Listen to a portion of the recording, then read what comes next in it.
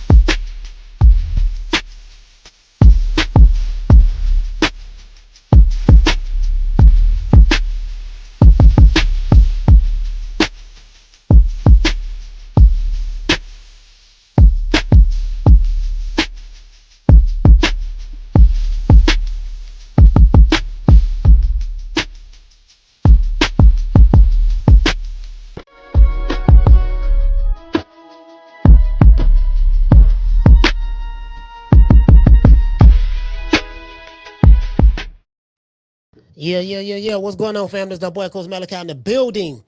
I want to give everybody a shout out. You know what I mean? Who gonna be rolling in? Yeah, man, it is what it is. Hey, man, man, it is what it is. You know, what the day is? Tuesday. I gotta make sure because the day Tuesday. I be forgetting days and shit. I do like time be. You know what I mean? You be forgetting days and the smoke. Sometimes you be on this shit. This shit have you forgetting shit sometimes too. Like I already kind of like be forgetting the little things and stuff like that, right? But this shit right here have you forgetting shit. You'll remember it. It's there. You'll remember it. But you're like on spot memory, like your on spot memory. I need you to, can you remember this right now? You know what I mean? The on spot memory is kind of like, but it is what it is. Y'all know what's happening. When you got that government edition, see what I'm saying? When you got that government edition, boy, that shit, that's short. That's another way of saying government. Instead of saying government, we say government. Yeah, I got that good government cheese. Got that government cheese, dog. Like these kids ain't had no cheese, so they had that government cheese. I don't think they sell government cheese no more. Well, nah, you know what? They used to be able to get it for free, but I'm gonna just say Keyshawn Davis's trainer. We got to tie Keyshawn name in it because he's affiliated with him. Apparently, Keyshawn allowed him to go out here and do all this goddamn talking. And I'm trying to figure out for the life of me, I said, damn, this nigga too low on the totem pole to be talking. I can see if he was the head coach. You get what I'm saying? He's not even the head coach. I can see if he was the second coach, like the coach under the head coach. I can see, he's not even that. He's the guy under the guy under the guy. He's the guy that's under the guy that's under the guy. He might be the guy that's under the guy that's under the guy that's under the guy. I don't know, right? I don't know if he either number 3 or number 4. I don't know which one, right? Probably number 3, So I'm like, damn, you know what I mean? Yeah, man, the only reason why, the reason why people keep talking about Keyshawn is because, it's the biggest fight that can be made. And, everybody know y'all ducked and y'all try to make it look like we ducked. And I'm like, okay, sir, the only reason we talking about Keyshawn is because you keep talking about Keyshawn. True. That's it. We were done with this shit last week. Bro, the reason why we keep talking about Keyshawn is because you keep talking about Keyshawn. Instead of if you would have just kept quiet, let that shit die down, we would have, we wouldn't be talking about this shit. You didn't do that. You had to jump out there quacking. You had to jump out there quacking. So yeah, man, shit. Which way did he go, George? Which way did he go? I need to. I want to become known and famous too. I want to go out there and let everybody know. And I'm like, man, God. You won't let the nigga see. I'm trying to forget that he ducked. Right? So again, because I know it's some Keyshawn defenders out there. They highly upset, and they some of them are upset with me. And I'm like, fam, look, don't be upset with me. You need to go look at the guy from Norfolk, Virginia, very own, Norfolk, Virginia's finest, Coach Dorsett, or should I say, not the opposite of the finest. Y'all need to go talk to him. He the one that keep. You get what I'm saying? It's him. It's him. You get what I'm saying? Go talk to him and be like, look here. Check this out, baby boy. You're making the city look bad. You're making the city look bad, dog. We're going to have to, the more you talk, the worse you making the situation. You know what I mean? The dumber you look. Yeah, like, fam. Like, It's him, fam. It's not me. I'm just, as a matter of fact, I got proof it's not me. I'm finna show y'all receipts. True.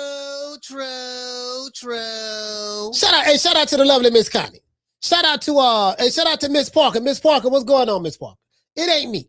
See what I'm saying? It ain't me. Dudes, it's not me at all. It's not me at all. I promise it's not me. You see what I'm saying? I'm innocent. I get the blame, but it is what I'm used to. I'm used to getting the blame. I'm used to being the bad guy. And, I don't have a problem with that. I don't have a problem with that. Shout out to Mika. Mika would say, Mika say you love the bucket hat. Yeah, I appreciate that. Yeah, I really don't. I don't have a problem with it. Because somebody got to do it. Why it might not be me? So that's how I feel about it. I'm really not upset about it. So I said, you know what? I'm gonna be fair though. I'm gonna be fair because I don't want nobody to think that I am an unjust human being. I'm gonna be fair. I want to let this brother speak, give him the opportunity, without interruption. And that's gonna be very hard. Very, very difficult for me. It's gonna be damn near impossible for me to do this without interrupting. But I'm gonna try my damnedest. But it's only right for me to try to get inside of his brain, which is very difficult to do, right? And just to try to see his point of view, to try to see if he really, really does have a point, right? I have not been able to come to the conclusion of what his point is as of yet. And I'm thinking maybe it's because, well, you ain't got but a GED, you graduated in 92, you ain't got no college degree or nothing, you know what I mean? Just, you do have a master's degree in common sense.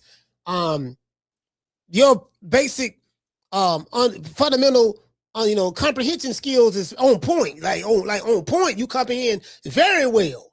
You can articulate your position, like none other. However, you do have a master's degree in sarcasm, right? You do have that, and you got a master's degree in common sense. So what I'm going to try to do today is try to tone down the sarcasm.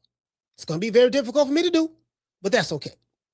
I'm going to try to tone it down, and I'm going to try to lend my ear to Keyshawn Davis's trainer, just so I can get a better understanding as to what he is talking about. And, because it could be that Devin Haney is ducking and this and that, and all that could be true. But maybe Devin Haney ducked, and he's a duck and this and that, and Bill got everybody fooled online. He fooled everybody. According to Keyshawn Davis's trainer, he said that Bill has everybody fooled. So just in case that I might be one of the fooled ones that has been tricked, bamboozled, swindled mentally about my position on this subject matter, just in case that there's a possibility that I could have been fooled, fell for the Machiavelli from Bill Haney, what I'm going to do is I'm going to take a step back and just play it, and I'm going to let the people in the chat decide. Y'all listen to this, and y'all tell me if I'm tripping or not. True. Because I might be tripping. That's a possibility. I might be tripping. You get what I'm saying? There's a possibility. And guess what? I'll be the first one to say I'm wrong live on air. If I speak it to the mountaintop, if y'all hear me stuttering, it's because I've been listening to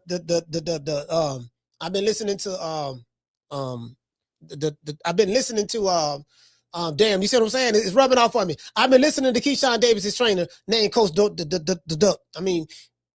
Coach damn. Hold on, y'all. I'm getting frustrated. Coach Dorsett. True.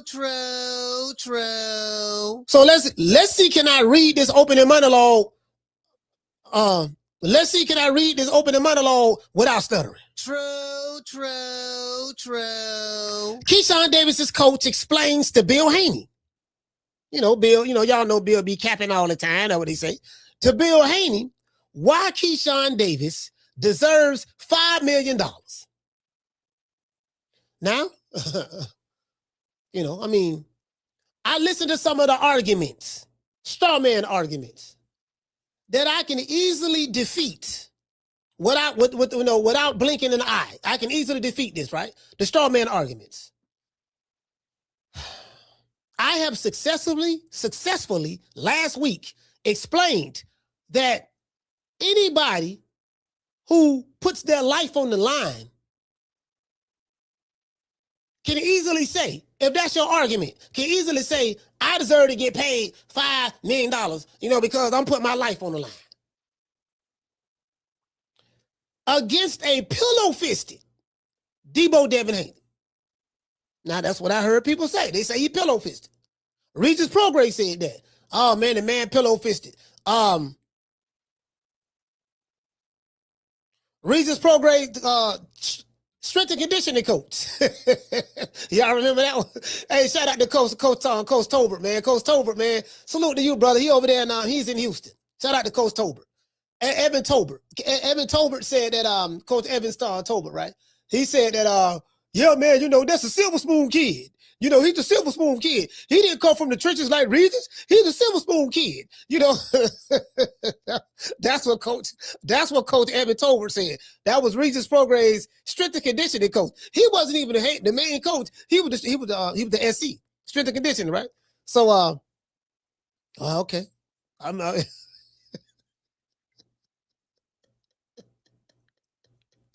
Now we got the spit bucket coach, and ain't nothing wrong with that. Somebody got to hold the spit bucket. Again, I'm not demeaning anyone in boxing who worked the spit bucket. That's a very, very important job. I do get, you know what I mean? That's just what it is, to be honest, right? And I say that on all sincerity. But however, you don't see any spit bucket coaches doing interviews. They're not going around the world. They're not on ABC doing interviews. They're not on NBC doing interviews. They're not on Fox or CNN or MSDNC or any of these other places doing interviews. I can't find one interview of a nigga who hold a spit bucket doing like that's going around doing interviews like this. He on Vlad TV. He on the Breakfast Club. Yeah, he on there with Charlemagne the God. Yes, sir. What is your name again? Yeah, now I'm Coach M. Tolbert. Not Coach Tolbert, but I'm Coach Dorsett. Coach Dorsett. Dorsett. Like Tony Dorsett, the running back used to play for the Dallas Cowboys. Yeah, like that. Okay, cool. All right. So, what is it that you want to say? I heard your people reached out to us. Say that you had something very important to say. You want to come up here and try to clear up some things. Try to dispel some rumors or try to debunk some false narratives out there. What is it that you want to say? Yeah, I'm glad that you gave me an opportunity to come up here. You know what I mean? Because cause Bill Haney now, see, he spread false narratives, and they really ducked us. They really ducked us. They ducked us. You know what I mean? But he got the people fooled that to make them think that Keyshawn ducked him. That's how good he is. He can talk real good. He got the people fooled. He really ducked us. What he did? He ducked us in reverse. He offered us money that he knew that was a low ball offer. Let's talk about that first. Let's talk about that, Charlemagne. Let's talk about that. It was the low ball over Charlemagne. See what I'm saying? And and when I talked to Bill Haney, he told me that that $3 million was good. And I'm like, well, you couldn't negotiate for us to get a better person than that. And then Bill Haney, he tried to trick me to tell me that it's not his responsibility to negotiate a better deal for Keyshawn Davis, right? Then he told me that he didn't offer us nothing. Well, that proof right there, he ain't duck. He's a duck because he just said he ain't offer us nothing. Yes, sir, I get what you're saying, sir, but isn't Keyshawn signed to Top Rank? Yeah, he's signed to Top Rank, and isn't it Top Rank's job to make sure that Keyshawn Davis get the money that they're the ones that was paying him? Yeah, they were the one that were paying him. And isn't James Prince Keyshawn Davis' manager? Yeah, that Keyshawn Davis' manager. So isn't it the responsibility of James Prince, who is the manager of Keyshawn, to negotiate the type of money that he wants? Yeah, that do. And didn't the money come from Top Rank? Yeah, the money came from Top Rank. So why are you not complaining about Top Rank? Why are you saying that the Haneys, it was their job to make sure that Keyshawn got paid more money, but you absolving James Prince in Top Rank of anything? You haven't said 2 words about them. Hold on.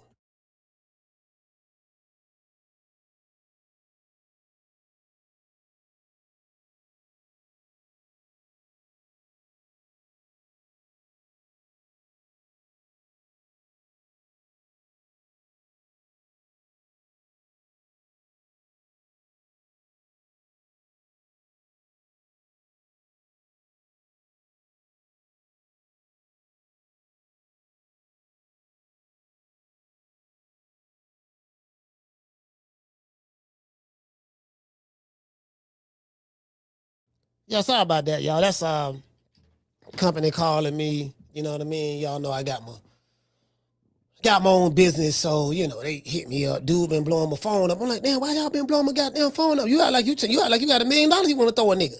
I got the message. I was gonna get back to you right now. I'm busy right now. You see what I'm saying? Calling me, yeah, man. You know, I'm like, dog. I say, dog, this is like you don't hit me about 5 times already, dog. Within the past 2 hours, 5 times. Like for real. Is it an emergency? No, it's not. True, damn. True. Blowing a nigga up for nothing.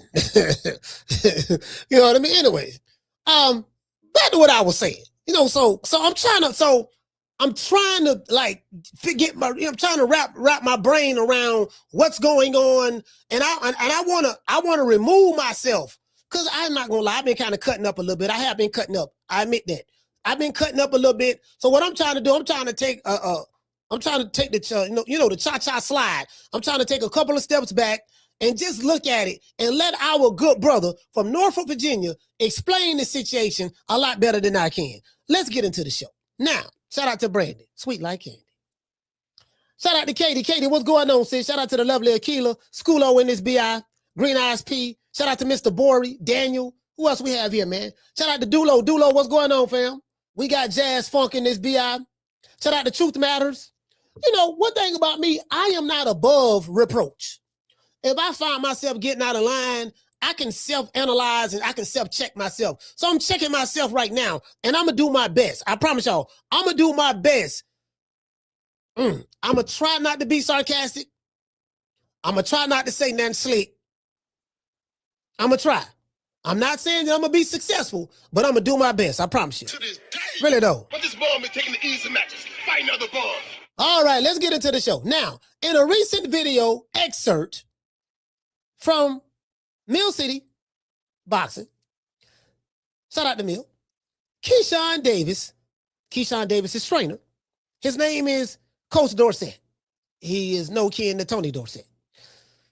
Coach Dorsett does a terrible job trying to explain to Bill Haney why Keyshawn Davis deserves more than $5 million in order to get for the Devin Haney fight. He wanted more than $5 million. How do I know? Because according to Keyshawn, he wanted to be able to net. Not only according to Keyshawn, according to Bob Arum. He wanted to be able to net $5 million. I just saw a picture of Keyshawn. They say the boy he in Paris right now. The duck flew to Paris. the duck flew to Paris, fam. He was on that bitch. You know, I saw some ducks flying. What them ducks going in? I saw some ducks flying, and then next thing I know, goddamn it, he got pictures of him in Paris. I said, well, damn, the nigga ain't making no money like that. How he got to Paris? He must got some freaking flyer miles or some shit. Like, he ain't making no money like that. So, you know, when he tried to clear his head, yeah, dog, I got to leave the country. I say, man, they don't troll this nigga out of the country, man. They don't troll this nigga all the way to Paris, fam. Hey, Schoolo. Hey, I'm dead ass, bro. I'm dead ass. Niggas been on this, man. Dude's been on this dude bumper, man. And then his coach making it worse. The man was scheduled to come back today, but he looking online, he like, God damn, this nigga, man, Coach Dorsett making it worse for me, fam. If Dorsett wouldn't have said nothing, this shit just would have just died down. It would have just died down. You see what I'm saying? The Keyshawn Davis diehard supporters, and I'm a fan of Keyshawn Davis. They 38. I know they hot than them. They mad than the motherfucker. You want to know why they mad? Because this nigga won't shut up. This nigga won't shut up. He just won't, dog. This is America. It's a free country. You are free to talk, say what you want to say at any given time, no problem, right? But this dude right here, like, bro, like, he is. Oh boy, there's not a word. I can't think of it. I want to think of this word, right? He is like Lord Ham Mercy, LAWD Ham HAM Mercy MERCY. Lord Ham Mercy, like fam, like this is whoo. To this day. Lord, boy, listen, you ain't gotta believe me. Go Google it. Don't everybody believe in Google? Go Google that shit. Now I'm trying to tell. We gotta thank Al Haney. Well, you know, I guess I gotta be like everybody else and thank Al Heyman. I know a lot of people think I'm wrong. That's wrong, isn't it? That's wrong. He did nothing to you. We care nothing about Otis. Ain't nobody coming to see you, Otis. No, sir, we don't. The fuck? Like, really, though. You dig? Shut up! Before I bust a cap up in your ass. Hate to do it, man. Listen, when it comes to this shit, we did it first. We did it first. And we motivate even the greats. This is different. Yes, sir. Yes, sir. Jennifer Lopez, we have Maluma, we have J Balvin, we have so when I call him You up, I dig? was like, yo, what do you think? What do you think, Eddie? And we bring the belts together. And Eddie said, that shit is a good idea. The motherfucker, he said, we did it first. We did it first. And we motivate even the greats. This is different. You know, we got Maluma, we got J Balvin, we got J-Lo, Daddy Yankee. We got Edgar Berlanga. You know what I mean? We got all the Puerto Ricans. We got all the Puerto Ricans on our side. And I'm like, okay, but y'all not Puerto Rican. Okay, you naming all the Puerto Ricans. Y'all from Ecuador, right? Or Nicaragua or something, right? Like, what Teofimo supposed to be from Honduras? Like, you ain't got no Honduras pop artists you can bring. Like, you got all the Puerto Ricans.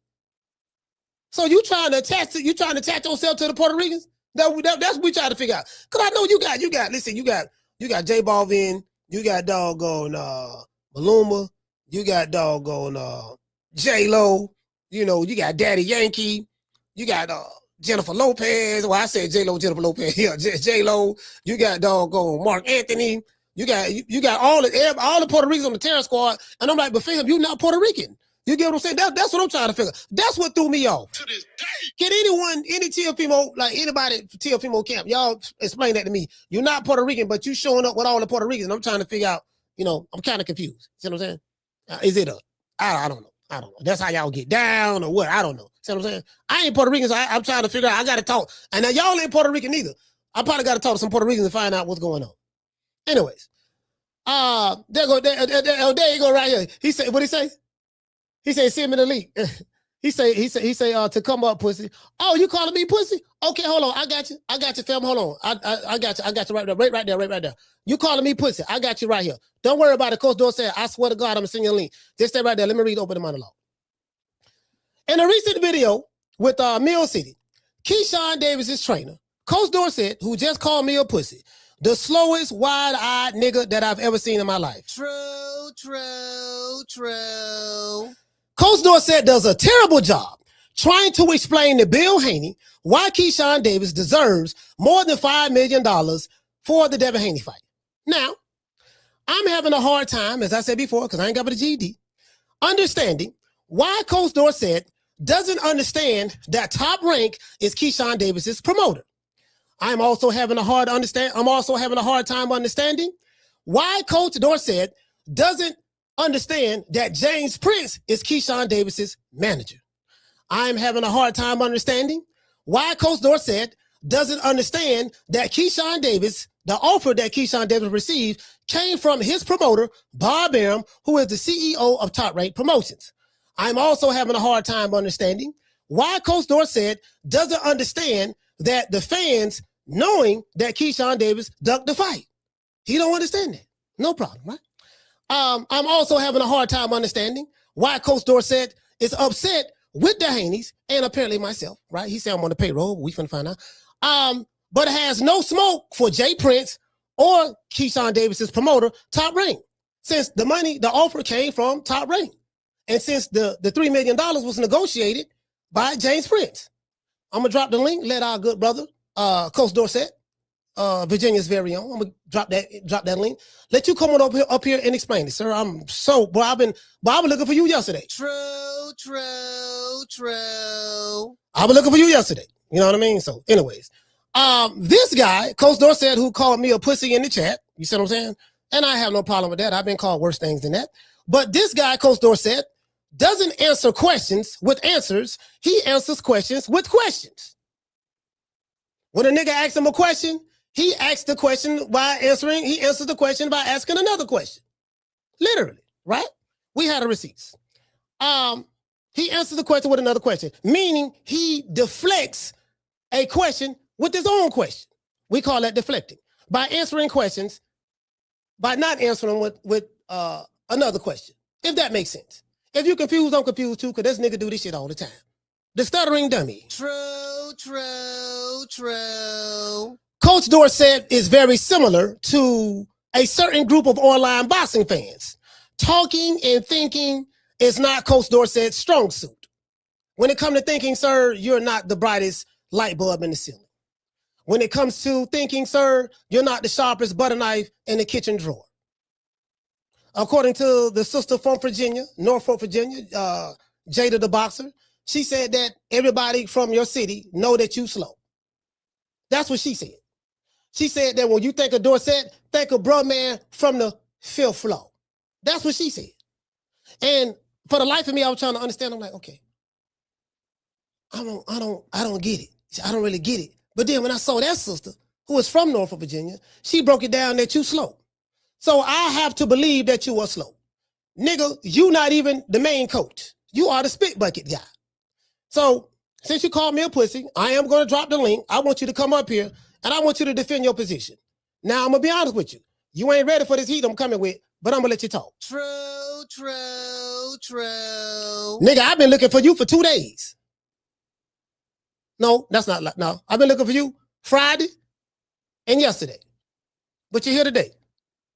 I'm going to give you some shine. I'm going to make you famous today. To this day. I'm going to make you famous today. I promise you that. Anyways, this going to be good. Y'all share this live show. It's going to be good. Coach Dorsett is very similar to a super group of online boxing fans. Talking and thinking is not Coach Dorsett's strong suit. This is Keyshawn Davis's, one of his coaches, the spit bucket nigga, right? Yet he's trying to have a debate with a guy whose strong suit is talking and thinking, which is Bill Haney. Fans in the comment section are clowning Keyshawn Davis's trainer. I had the receipts. All of them clowning, right? It's obvious to everybody that the elevator doesn't go all the way up to the top when it comes to this nigga. This elevator, like, it kind of gets stuck in the middle somewhere. You did?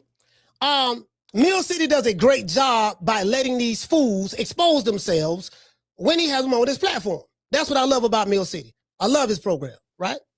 And he's doing a wonderful job at it.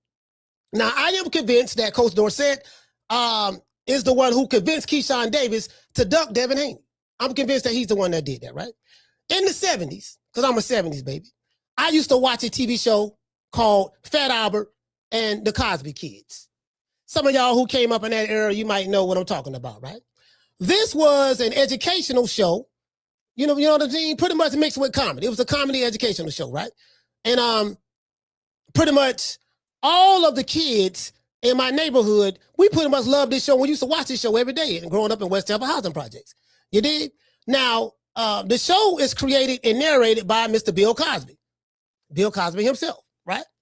The characters of the show are as follows. You got Fat Albert. His name is Fat Albert Robertson. Fat Albert he's kind of like the big guy. He's known, he's very joyful, jolly. His famous tagline is, hey, hey, hey. That's Fat Albert. It's Fat Albert. It's him, right? You get what I'm saying? Another character that was a part of Fat Albert's gang is Rudy. Rudy is the well-dressed, smooth-talking hustler. You know what I mean? He's the cocky and clever, but he's very, very smart. If you know the cartoon, you know what I'm talking about. We got another character in Fat Albert called Old Weird Harold Simmons. Old Weird Harold Simmons. Weird Harold is very tall, he's skinny, and he's a clumsy kid. He wears a gold blazer, mismatched socks, and all that stuff there, right?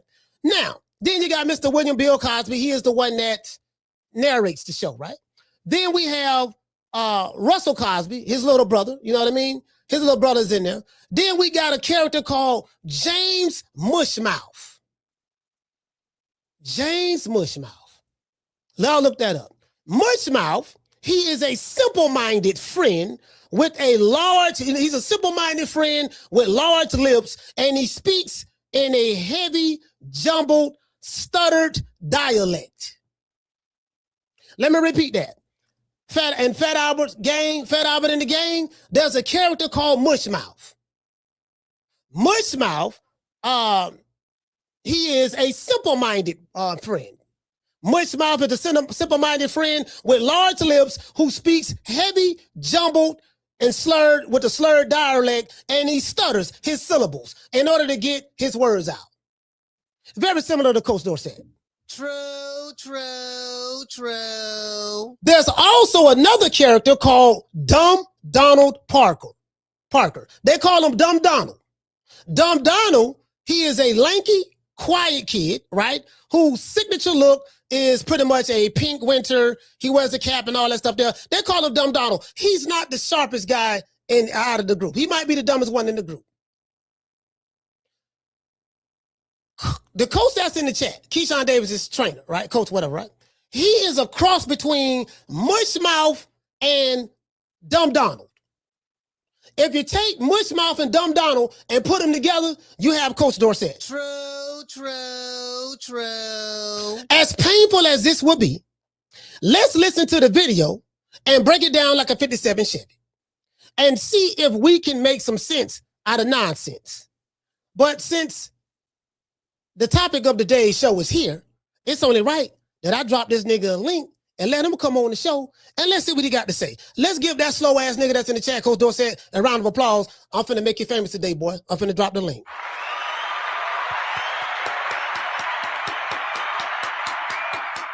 Yeah, it is what it is. Matter of fact, let's do this here. I might go to jail today. Shout out to my sponsor, IT Bail Bond. Sitting in any kind of jail right now for child support, driving on a suspended license, or a missed court date? Don't even trip. I made one phone call to IT Bail Bonds, and they had me out the same day. No judgment, no games, just real people who move fast. If you or a loved one is locked up in the city of Tampa, call IT Bail Bonds at 813-231-2663. IT Bail Bonds is located at 6201 East Hillsborough Avenue, Tampa, Florida, 33610. IT Bail Bonds. When freedom is on the line, call IT. Let me drop this link for Coach. Let me drop this link for this brother. I think he's over here. Y'all hold on.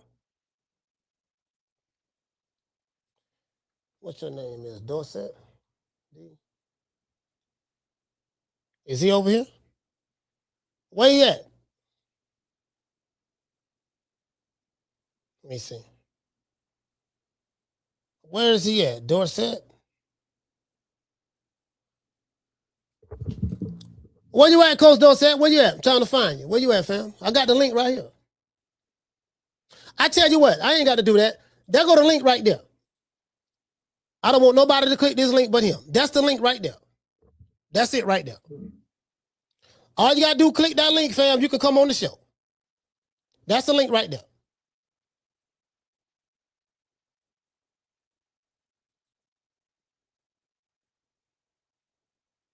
Shout out to Green Eyes Pete. Hold on, we got a super chat. Shout out to Mike.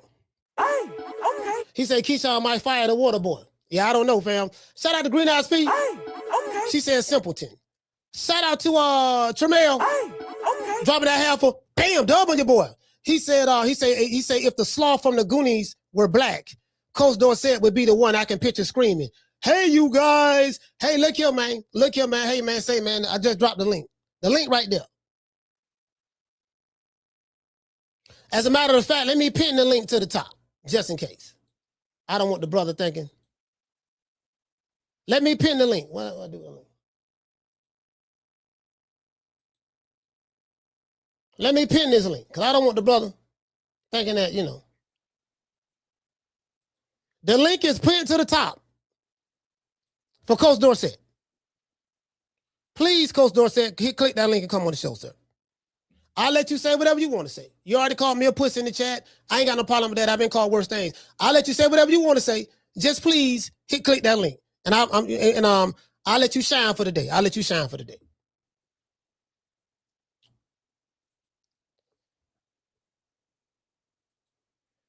He said he left, Coach. What you mean he left? Hold on, no. What you mean? No, he didn't leave. No, he didn't leave. He's still in the chat. Shout out to Killer. He said, so I can go live.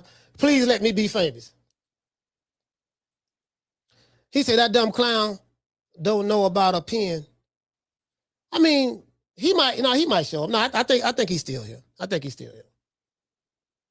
I'm gonna let him, I'm gonna let him talk. I'm gonna let the brother talk. Whatever you want to say, you can call me what you want to call me. I ain't got no problem with that. I'm coming with facts. I'm coming with the facts. You see what I'm saying? You want to do this internet shit? Let's do this internet shit. I ain't got no problem with that. To this day. I'm good at what I do, fam. You see what I'm saying? I can articulate very well, and I get my point across. That's all I'm saying. So, shout out to Wookie Woo. He said that motherfucker got smart. Man, the link is in the chat, man. Please, the link is in the chat. The pussy that you said send the link, the pussy sent the link. Coach Malachi, the pussy, the PUSSY, I sent the link. Just click on it. And you can say whatever you want to say. To this day. You get what I'm saying? Shout out to Mike. He said, damn, that fool getting cooked everywhere, every day. Well, the brother ain't the smartest guy in the world, so you got to understand. Well, I tell you what, I can't just sit here and hold the show up. And so whenever you decide, Coach Dorsett, the link show is pinned to the top of the chat. Whenever you decide that you want to click on it and come over here and straighten this pussy out, right? Then you can come on. Okay, here you go right here. Hold on. Coach Dorsett, the pussy is here.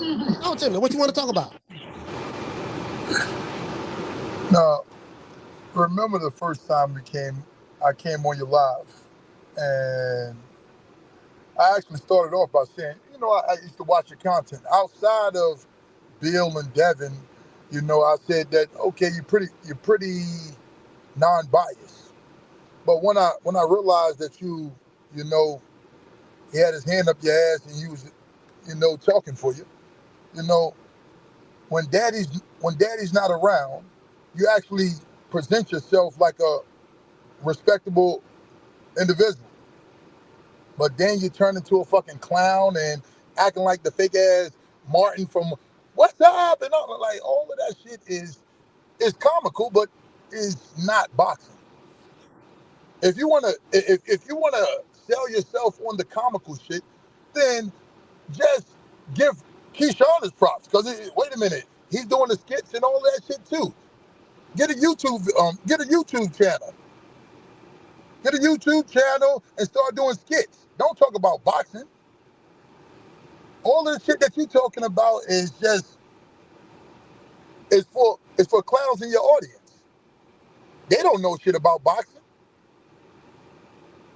All they're doing is just copying and pasting everything that everybody else is saying. They're not even responding with logic. They responding with, somebody from the Boondocks. Regis Procrast trainer. Is this really what y'all want for boxing? I mean, it's beneficial to Bill because he actually brings a different audience with people like you. You know what I'm saying? I actually lost a lot of respect for you because when I came on your platform, I thought we had a reasonable conversation. I thought we had a respectable conversation. But then I saw that you really was a pussy because when I was up here, you was like, oh no, I always told Bill that Keyshawn is one of the greatest out. Always said that Keyshawn was this. Always said that Keyshawn was that. And then the following day was, oh my goodness, he up here talking about some stupid ass shit. Like, you fake. That's really all I came up here to say is that real men don't do shit like that. That's really pussy made. Be the man that you are 24/7. Don't wait until I get a phone call from Bill and say, oh, no, talk shit about him? Okay, yes, daddy. And then go online. That's bitch shit. I know the type of guy that you are because I used to bully motherfuckers like you. You the guy that you talk to him, hey, if you really that, then go inside the store and steal this shit from me. Like, you the dude that we get to do shit like that. You would never say no shit like that to me in person. I'll take every damn thing from you. You're an internet warrior. You finished? So when I see this type of character come out, because it's a character, You created this damn persona online, which is commendable. Like I said, do what you got to do to get your bucks. They sending in the super chats and going crazy for it. But you got to be a real man at the end of the day. You got to have some type of integrity. Like, Are you finished? said Listen, what? are you finished? Because I let you say what you're gonna say. Now it's my time to cook. Are you finished? Sure, you can cook. Okay, cool. So now you said that Bill Haney got his hand up my butt, right? Which is totally false. We're talking about the things that you said on Mill City as it relates to the negotiation process with Keyshawn Davis. I'm gonna address all the other shit. Oh, this nigga gone. Okay, he clicked off. So I let him say what he gonna say, then he clicked off the live. So I'm gonna just talk as though you was here, right? You clicked off the live. So for one, you saying that Bill Haney got his hand up my butt. He don't. You see what I'm saying? The reason why we clowning you, sir, is because of the inconsistencies that you have said in several interviews. I pulled up the interview that you said over here on this show, which was very inconsistent. And then the stuff that you pulled up the stuff that I pulled up on Mill City, which was very inconsistent. That's one. Two, let me address what you said last. You said that I'm the type of dude that you would have bullied. Sir, I can promise you, Coach El Fulio, there's nothing about me that says that you would have bullied me in my life. You said that was said in my face, A, B, C, and D, and all this stuff there. Now you coming with the street shit. Now you talking about what you would have did to me. I can promise you, sir, you the last nigga on the planet I'm worried about. But I'm going to move on from that. I'm going to move on from that because that's low-hanging fruit. Now, let me talk about some shit I wrote down. We ain't going to talk about that. We'll deal with that some other time. Now, you call my audience a clowns. My audience aren't clowns, sir.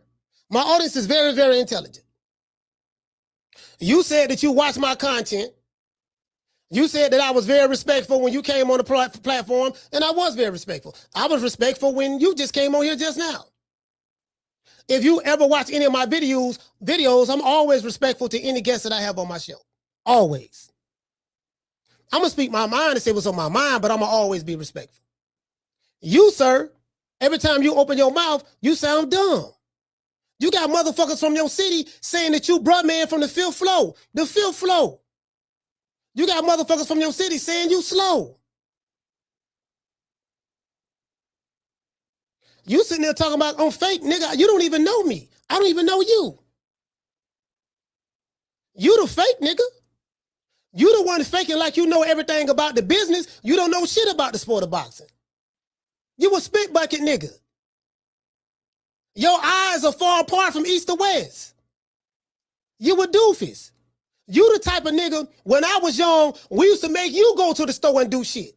We used to make you do all the dumb shit in the neighborhood because you a big dumb nigga. Those are the facts. You the big dumb nigga that ain't got nothing to think with. You was the muscle. You were the type of nigga that was very easy to manipulate, and we could have you go do A, B, C, and D. Ain't nobody scared of you, fam. All that talking tough to me on my platform, ain't nobody scared of you. You ain't coming to Tampa. Nobody scared of you, brother. Brother, nigga don't even know who you is. We just found out about who you was about 2-3 weeks ago. Because you started doing interviews. All the tough shit don't work, bro. I'm going to continue to clown you because you're a clown. And that's what I'm going to continue to do. It ain't shit you going to do about it. It ain't shit that you or any other nigga that's down with you going to do about it. Yeah, you did talking shit on camera. But yet you on my platform on camera talking shit. You accusing me of the very same thing that you doing. On camera talking shit. I ain't never said I was going to put my hands on you. But you's a fuck nigga. That's why you got off the live. You's a real fuck nigga. You's a big fuck nigga.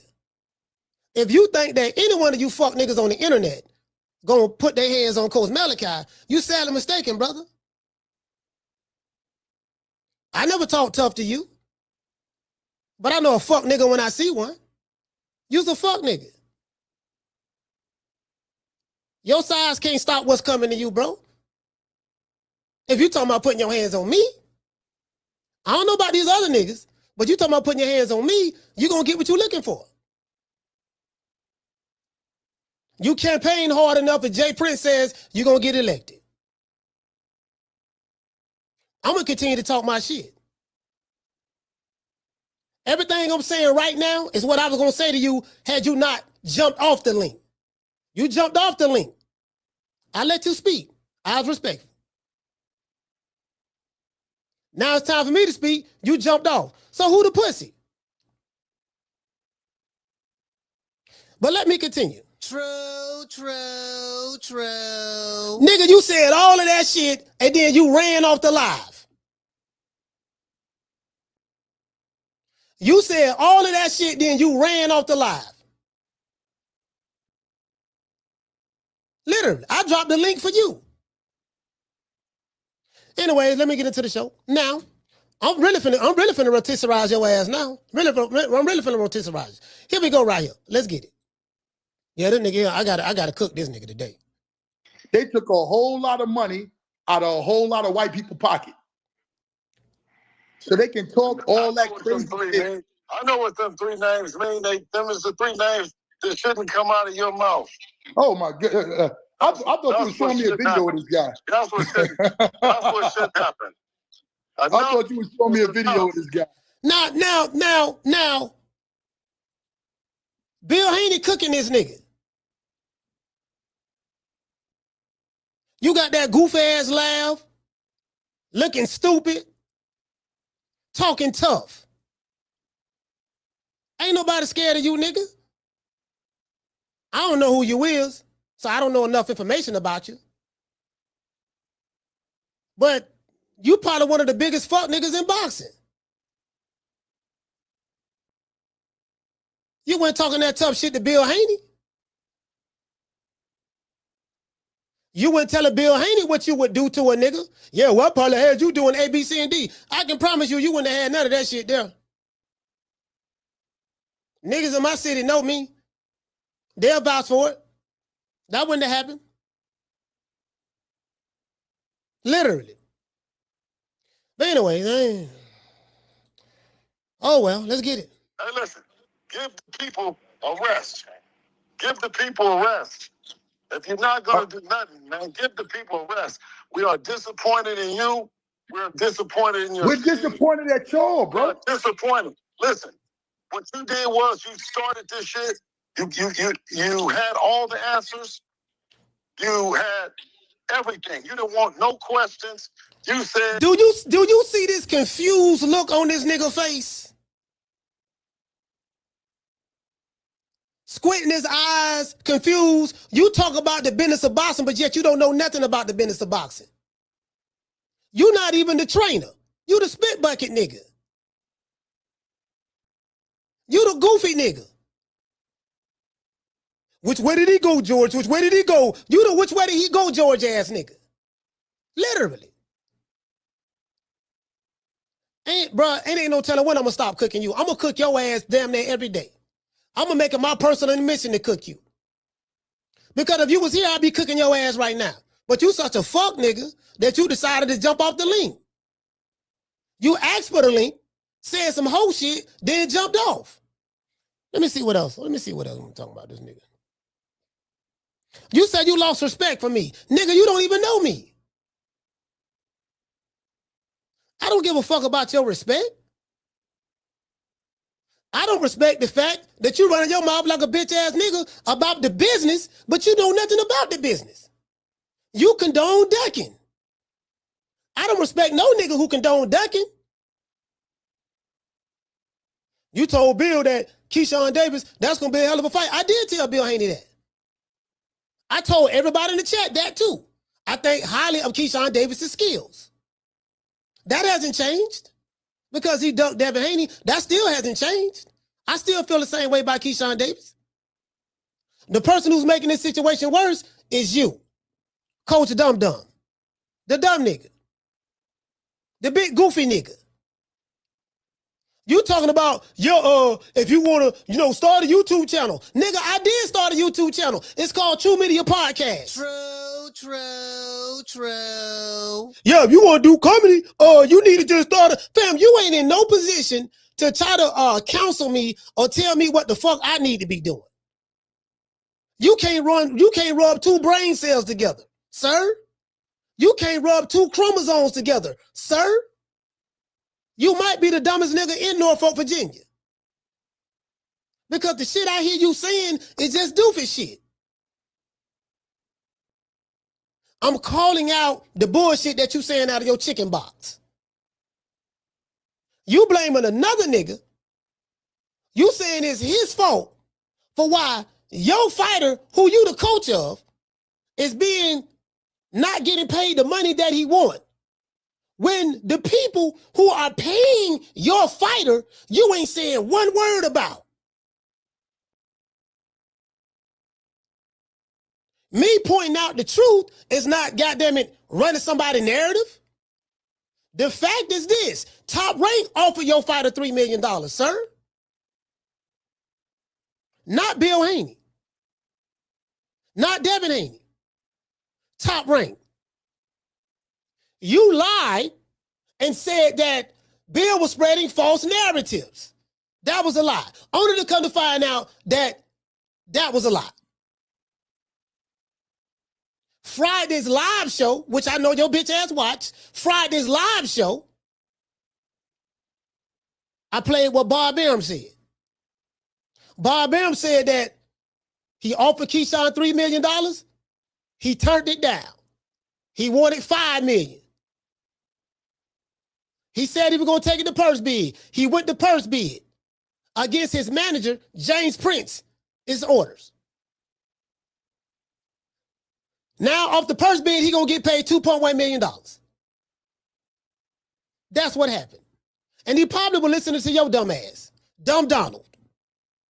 You Dumb Donald from Fat Albert. That's who you is, sir. You Dumb Donald. You the big dumb nigga. Ain't nobody scared of no big dumb niggas. They got something for niggas like you. Literally. So you can stop all the fake tough guy shit, Dorsett. Coach Malachi ain't scared of you. Ain't nobody in boxing scared of you.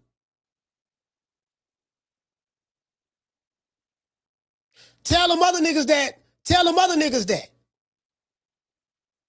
I would have bullied you. No hell, you motherfucker wouldn't have. I can promise you that. You wouldn't have bullied Coach Malachi. I can promise you that. Only thing you would have did, my nigga, you'd have went to the prosecutor's office pressing charges. True. That's what you would have did. That's what you would have did. I promise you that. I seen niggas like you before.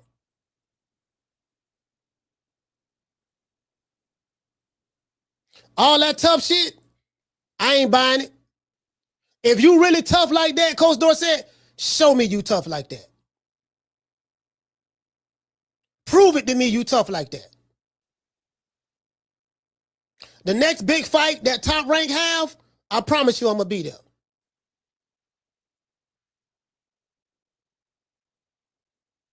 I got to see this shit. True. Yeah, I got to see this shit. This nigga jumped off the live show like a hoe. I got to see this shit. If this is the thing, right? If that's the kind of energy you bringing, so be it. Only thing I'm gonna tell you, just take what come with it. To this day. Take what come with it. That's all. Take what come with it. Tough guy. Let's go. What it was going to be. And then it turned out you guys disappeared. When I said, listen, when I told you, when I came looking for him, he told me to get the fuck on. He said, listen, what is he looking for me? What does he want to talk for? Y'all didn't want to talk to me at all. He said, I didn't know nothing. Now, I'm going to let you talk. Just let me go after it. Now, everything Bill Haney just said was true. We got the video footage. I played it over here. That's what Keyshawn Davis said. But I digress. Let's go. Let me go after you. You want to talk? Then let me talk. I done said it. Now look at y'all. Look at you. Okay, now let me respond to that. Because we're talking about Keyshawn saying, why You talking about the negotiations on fucking social media. Y'all hold on. Hold on, we got Bill Haney on the show. Coach, you got every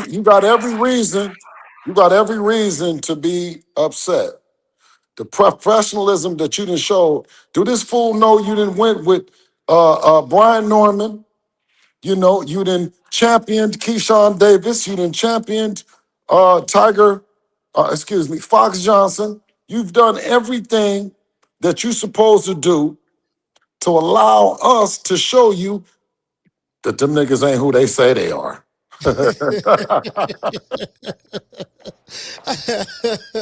Hey, listen. And the worstest thing to happen is one of them big, I can say a lot of shit about him. I'll But say here, it. listen. No. And you've been saying it. But the worstest thing is to provide an opportunity for one of them jokers to get some money. And then when they blow the play, they want to jump on everybody that tried to help them. I don't understand what it is. But I know this. Bullies don't nothing happen good for bullies. When he said he's a bully, I knew that's nasty work. All the bullies, they end up broke, fucked up, and by themselves. Because everybody get tired of a bully. The kids, your wife, your girlfriend, the dog, everybody gets tired of bullies. You can't bully yourself at work, no kind of place. And when he said that, that was wrong. That was wrong to say, but I'm glad you went ape shit on him, though. You dig what I'm saying? Quick. I No, like you said. Next Top Rank event, Bill and Coach Malachi will be sitting next to each other, and we're going to see if his big, what you can fill in the blanks, Coach. I just don't want to call him. I don't want to call him all of that because he is an assistant coach over there, and you want to use as much professionalism as you can, but that was totally unprofessional. Tell him if he's in the chat, come on back up here so he can apologize to Coach Malachi and apologize to Bill for carrying on like he been carrying on, man. Well, this is the thing, right, Bill? You know, anytime I have guests on here, and everybody in everybody in the chat knows that I'm very professional when I have guests on. I don't never try to, try to high shine on the guest or whatever. I only had one incident. Well, Bill just fell off. I only had one incident, and that was with Mama Holyfield, right? However, I say all that to say this. Though I've been doing this shit about 5.5 years. Nigga, I've been having niggas threaten me since I've been on YouTube. I done been to Norfolk, Virginia. I done been to New York, Chicago. No, not Chicago. Take that back. Atlanta, Vegas, LA, Houston, Dallas, Alabama, Mississippi.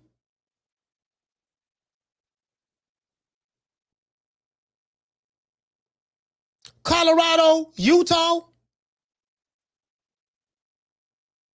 You just another nigga, dog. You just another nigga who this shit don't work, bro.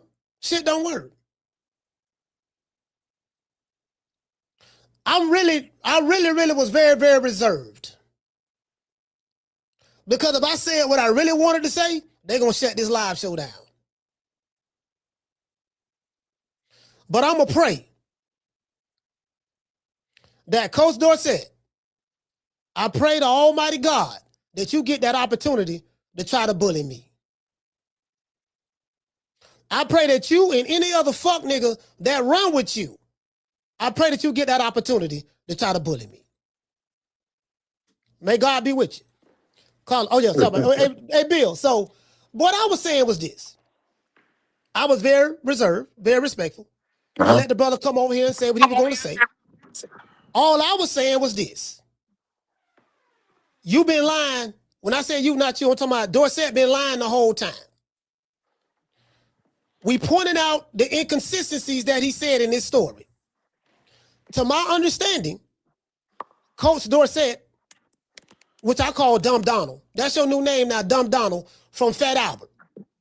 Dumb Donald said that it was your responsibility as the CEO, and the manager of Devin Haney and the CEO of DHP Promotions, it was your responsibility to make sure that Keyshawn Davis got paid more money.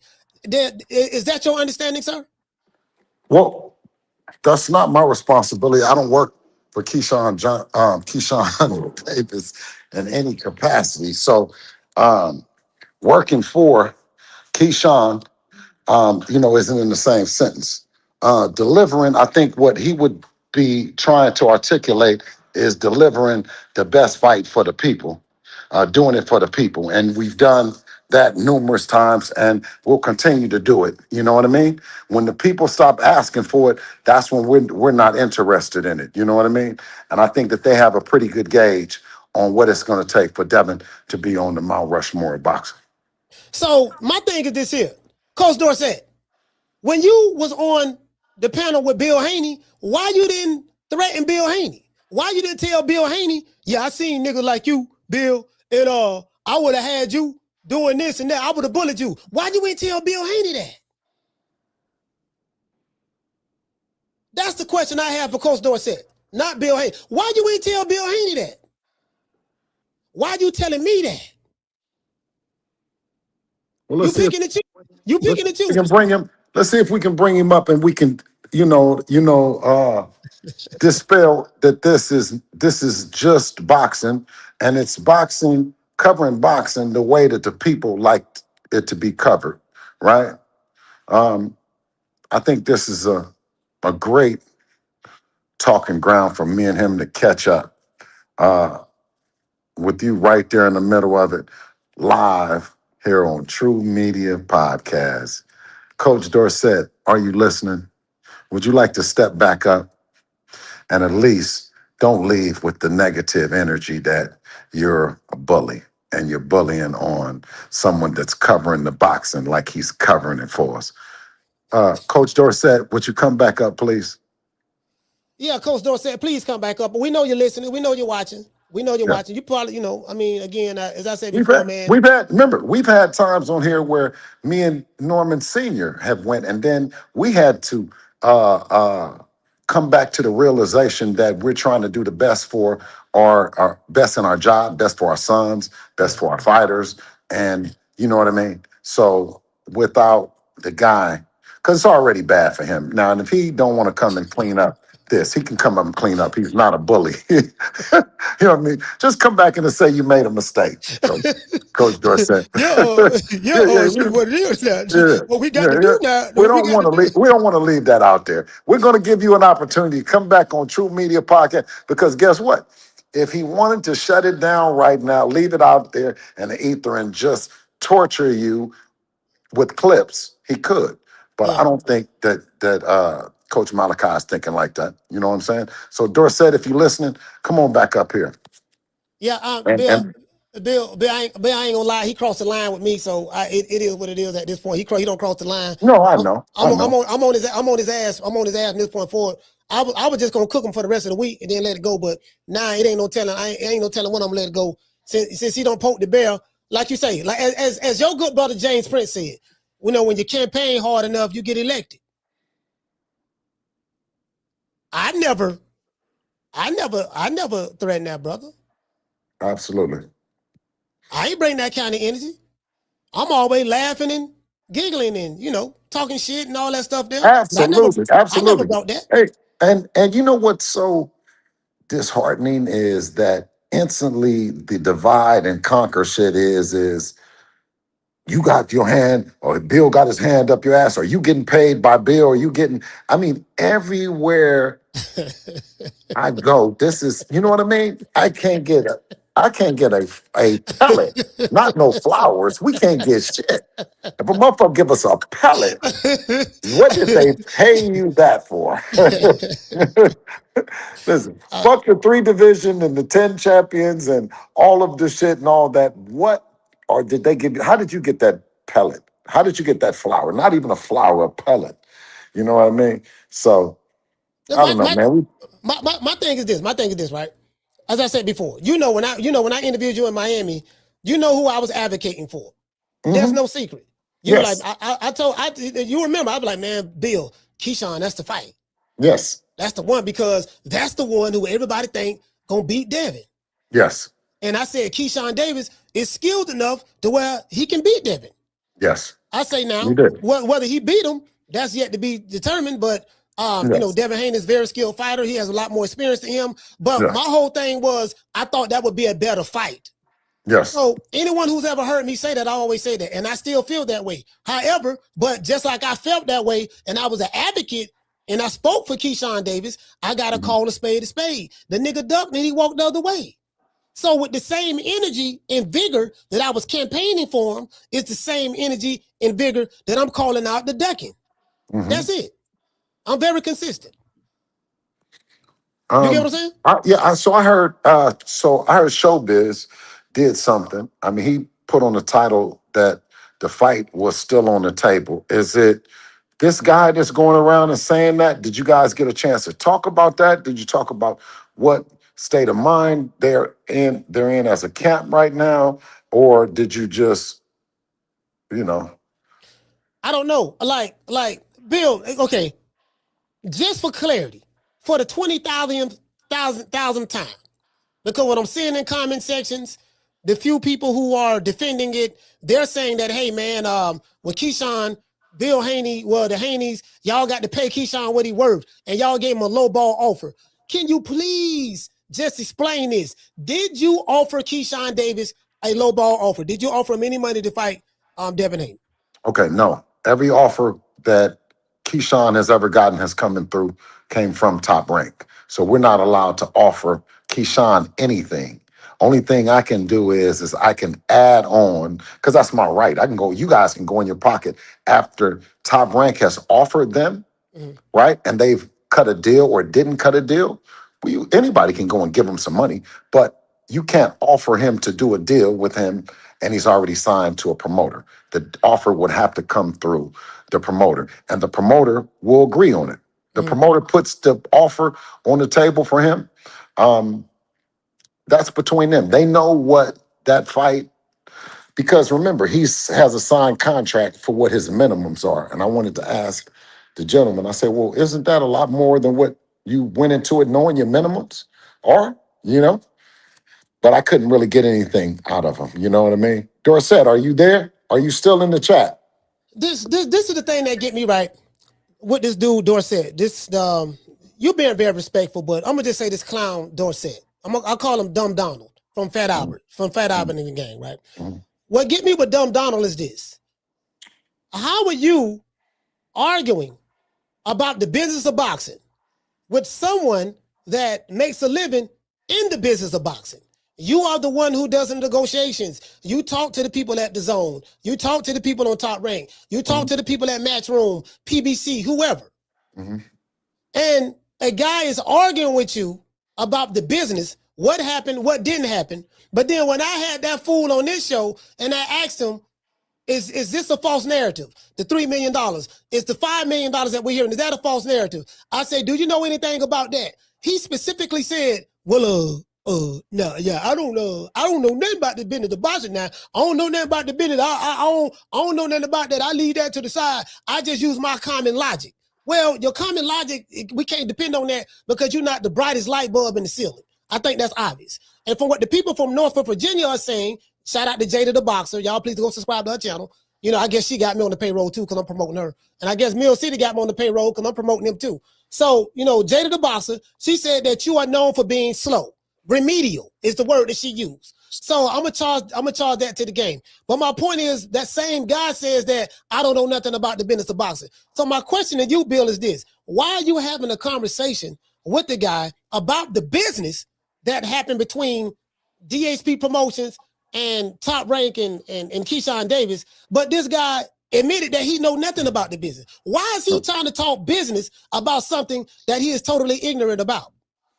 So I think we lean more into, because what I was trying to get out of him, if he can't speak on the business, and that's okay, right? Yeah. Can he speak on the emotional state of the team, where they are now and where they were before, and what led to this and how they're feeling now, is what I was getting at. You know what I mean? Because as a team, right, we're gutted that the fight ain't happened. You know what I'm saying? We're not happy. We're gutted. You know, we're gutted that we got to go back and look for another fight that gets the people as excited as that fight. You know, I mean that's pretty much it on our end. You know, So have you heard anything from Jay Prince since? no. Um, do you foresee? I know you told me that y'all was going to fight later on this year. You and Devin will have a fight before the year is out. Do you foresee ever revisiting the Keyshawn Davis spectacle, or you like that's on the back burner for now?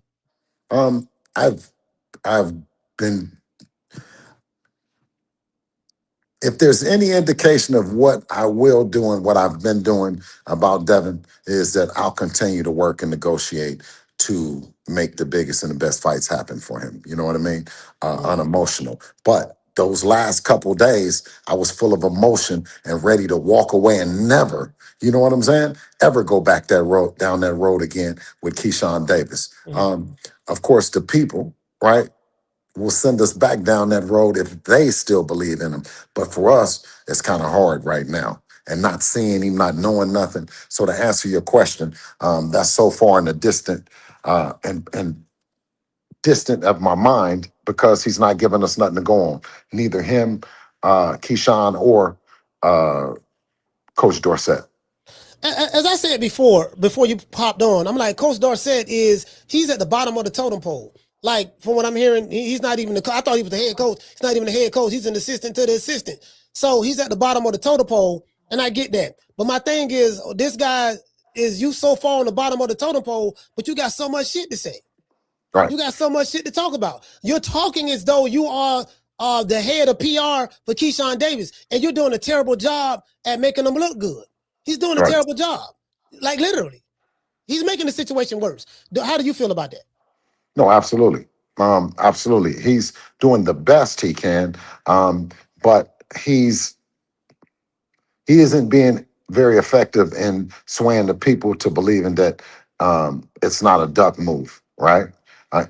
Instead of saying it's a duck move and this is the reason why it was a duck move, I don't think that they can use the $5 million money or any of that. And if it's that Devin is a good fighter, you know what I mean? And to fight him, right, you look at it as a $5 million ass whipping, then we can look at it through a different lens.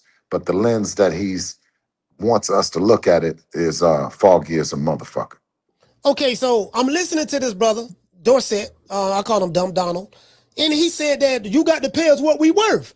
And he said something to you on Mill City. Shout out to Mill. He said that you got to go through the process. Well, right now we going through the process. And you asked him a $1 million question. You said, could you explain to us what the process is? Mm-hmm. And he got stuck. He didn't know what to say. He started stuttering like Dumb Donald. He started stuttering, bumping his hubble bubble. And then he asked you a question. He said, well, can you not negotiate, a lower number than that? And every time you asked him a question, he answered the question with another question, which that lets me know he was deflecting. That's called deflecting. So did you gather anything like what did you accomplish by talking to this guy about what transpired between DHP Promotions and Keyshawn Davis? Oh, no, we didn't accomplish anything. It was pure entertainment. You know what I mean? Talking to him, I take a break from my business and kids, and I come on and shoot the shit with him. You know what I mean? I think we would be, if he came on right now, we would be talking from an emotional standpoint of how they feel and not necessarily how the business goes.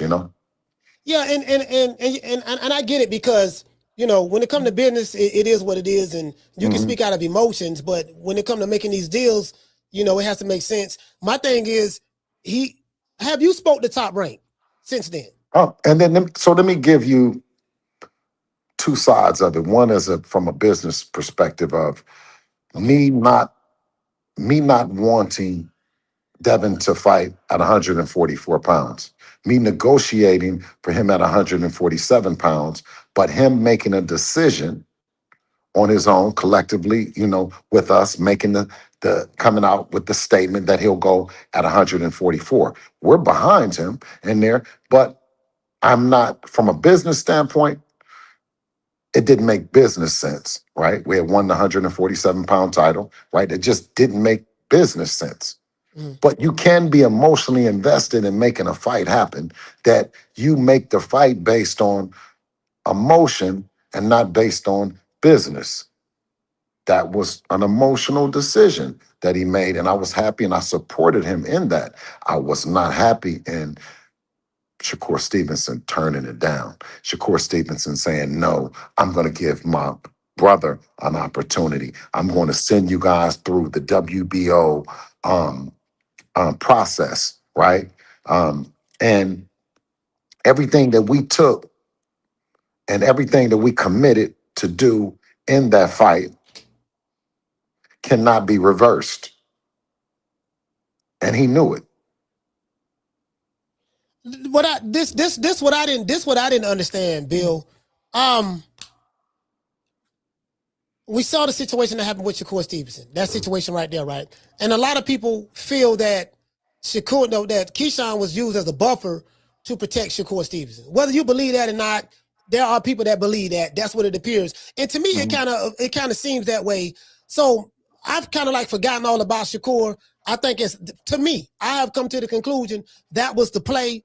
And from what you told us, look, you was negotiating the whole time, trying to make that behind the scenes, trying to make that fight happen with Zuffa and Shakur. But we made it happen. But we made it happen at 144. And he said no. Then he said no. He said, I'm not going to step on my brother's toes. Yeah. And he says, ask him if it's okay. Then he said, drop the belt. He said a lot of stuff other than signing the same paper that we would have signed at 144 pounds. We were already in negotiation, so all we had to go do is go back over there, sign, and then announce the fight. He came back out and announced that he wasn't going to step on his brother's toes, and for us, our team, to ask Keyshawn if it's okay. Yeah, see, to me, it just seemed like it was just games from the beginning, right? It was just games. Like, no one was really serious. I think that they was very, very sincere that they wanted you to drop the belt. Because Keyshawn said, Keyshawn said, stop picking on Latinos, stop picking on Shakur. Shakur is not going to fight you. He's a lightweight, or he's a 130. He is not going to fight you. Fight me. Fight me. Yeah, then me. Don't pick on them. Pick on me. Yeah. Right. So then we go to do that. And he disappeared. He disappeared during the negotiation. I said, y'all, the man had disappeared. I said, I'm talking to this guy over here. He's not publicly, Shakur was not publicly saying that we were talking, right? Then when I told you when Keyshawn Davis left the building and he wasn't talking, right? I said, where's he at? He denied it. He says, I'm not trying to, he said, what I'm going to talk to you for? He's saying, I'm not talking to my manager. I'm not talking to my manager, which that's what I believe. I was led to believe that you had went missing. He came out and he said, I'm talking to the people. Get off my line, OG. Get the fuck off my line. And he said, and Bill hearted it, and I told him, get the fuck on. Okay. So for them to come back out and say now that I never tried to make the fight happen, or that I could have did more, what else could I have did? I didn't get that, because listening to Coach Dorsett on Mill City, he told you that you ducked the fight. Literally. and that same laugh that you have right now, that's what you did on the live show. He flipped it and said, well, when y'all turned us down, yeah, you turned us down, and y'all the reason why the fight ain't happening. And I'm like, bro, like, is this dude dumb, stupid, or slow, or is it the combination of the three? Like, fam, what part of Keyshawn Davis walking away, turning down, like Bob Arum has confirmed he did this. Dan Rayfield has confirmed he did this. All the white reporters, the beautiful white reporters who've been reporting this, all of them have said he's done this, including his promoter. And for the life of me, this dude, he is so slow. Like, what part of this you not comprehending? I lost brain cells watching that shit. Literally. I So thought that he would come back up by now, right? Because I wanted to hopefully clear the air and him be able to recant the stuff about being a bully and all that stuff, because boxing has no place for bullying guys, and especially guys that's covering the sport and getting us paid the way that we're getting paid. What he's hoping and is that platforms like yourself, he went on your platform, will continue covering Keyshawn Davis in hopes that he'll be able to rebound and have the kind of career, because without the YTBC, yeah. you know what I mean? Everybody boxing would just be, it would be in the same place. It would be stagnant. It wouldn't be continue moving. So that's why I come on to support.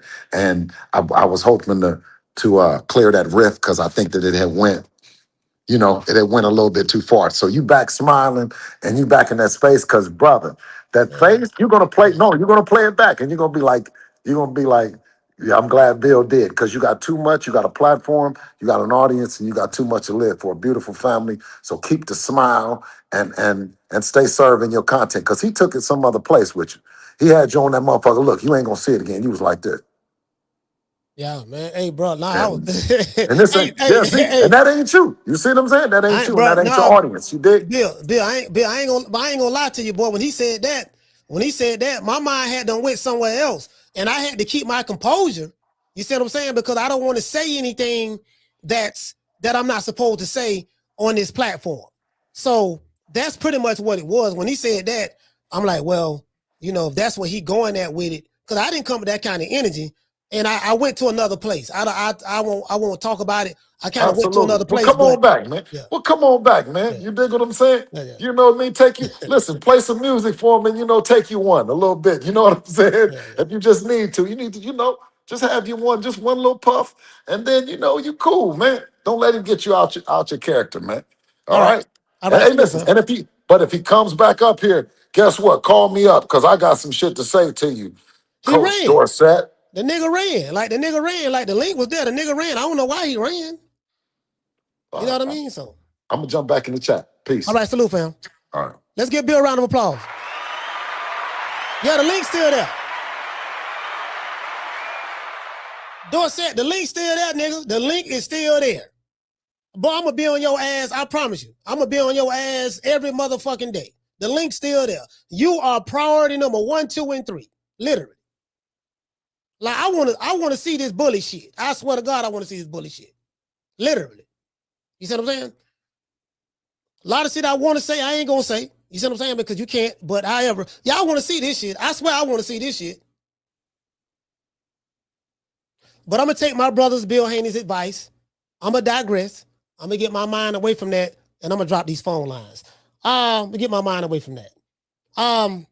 Shout out to, we got Tramel. Shout out to Tramel. Hey, okay. Dropping that half for, damn, Dub on your boy. He said, if Sloth from the Goonies was black, Coach Dorsett would be one. I can picture screaming, hey, you guys. Y'all remember that, the Goonies. That was a hell of a movie back then. Shout out to my main man, DT. Hey, okay. Dropping that quarter of a dub. He say this is a YouTube channel. Like literally. Well, if you wanna do comedy and stuff, you need to start a YouTube channel. Literally, idiot. I was gonna say that. You do know that this is a YouTube channel, right? You do know that, right? This is a YouTube channel.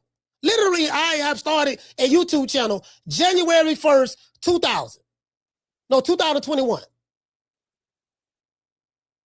You click the link on the YouTube channel. Woo, Lord have mercy, boy. Lord have mercy, boy. Lord have mercy. Shout out to Mr. T. Hey, okay. Dropping that quarter of a dub. He said this channel is responsible for giving Bill the nickname 8-Ball Bill. He say Bubba Gump Dorsett has the eyes and the memory of a goldfish, 3 acres short of a full deck.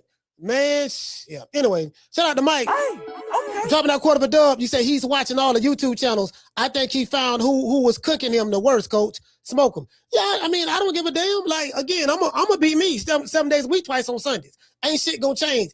If you watch my content, you would know I am Mr. Consistent. I have consistently, I pissed everybody off in the boxing for the most part.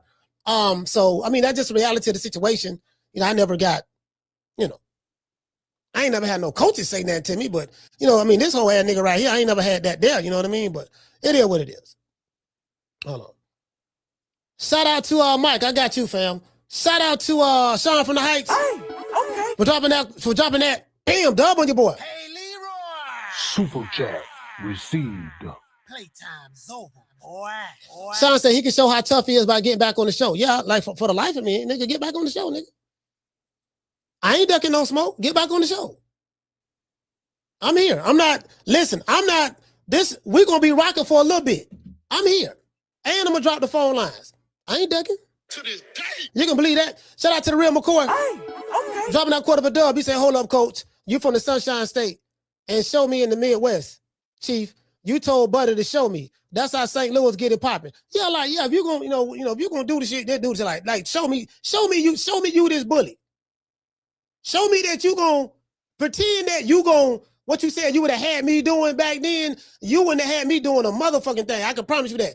Show me you going to do that shit. Like, literally, show me you going to do that shit. Shout out to C-Rob. Hey, okay. Dropping that half for, damn, dub on your boy. He said, coach, y'all have to remember a crazy person can drive a sane person crazy, but a sane person can't drive a crazy person insane. He say, coming from a Virginia. Okay, he's slow. Yeah, I got it. Shout out to Get Over Here. Hey, okay. Dropping that quarter of a dub. He say Triple D's, Doodoo Dorsett. He say fingernail dirty like he's digging in his butt. And he is remedial boxer Keyshawn. And you know what? Y'all right. Bill Haney right too. I got to look at it like this here. This guy is slow. He's remedial. So I really got to kind of like understand. He's slow. He's remedial. He suffers some mental challenges. I think that's obvious. So I really can't take him too serious. But my mind had done went somewhere. I'm not going to lie. My mind had done went somewhere. I swear to God it did. You get what I'm saying? Like a switch had done flipped. Because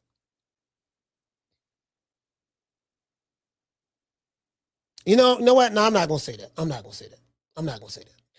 Shout out to Moti. Hey, okay. Dropping that $2 super chat. He said Coach Malachi, a.k.a. fuck the other side. Hey, man, say, man, it is what it is, man. Y'all know what time it is. I'm finna drop these phone lines in a minute, man. Y'all call the show when I drop the phone. Got chain for $5. Huh? You got some chain for $5. Got chain for $5. Got it. Chain me up. All right. Man, give my $5 on me. All right, bro. Man, give my $5 on me.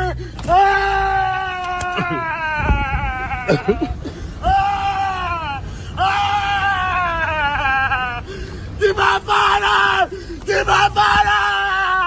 I'm gonna kill you, bitch. Give my motherfucking $5, man. Man, stop playing me, man. Give me $5. I'm gonna tell you got it $5. I'm gonna tell you got it $5. Yeah, man, ain't gonna fuck around and, anyways. Phone lines open, man, 530-494-9636. 530-494-9636. You wanna talk some shit? Call me. Start some shit, bitch. Sup, fool? You gonna talk shit about me, homie? Where you from? Hundreds of niggas is waiting for your motherfucking call, and they all talking shit about you right now. Call the coach at 530-494-9636. We waiting on your bitch ass.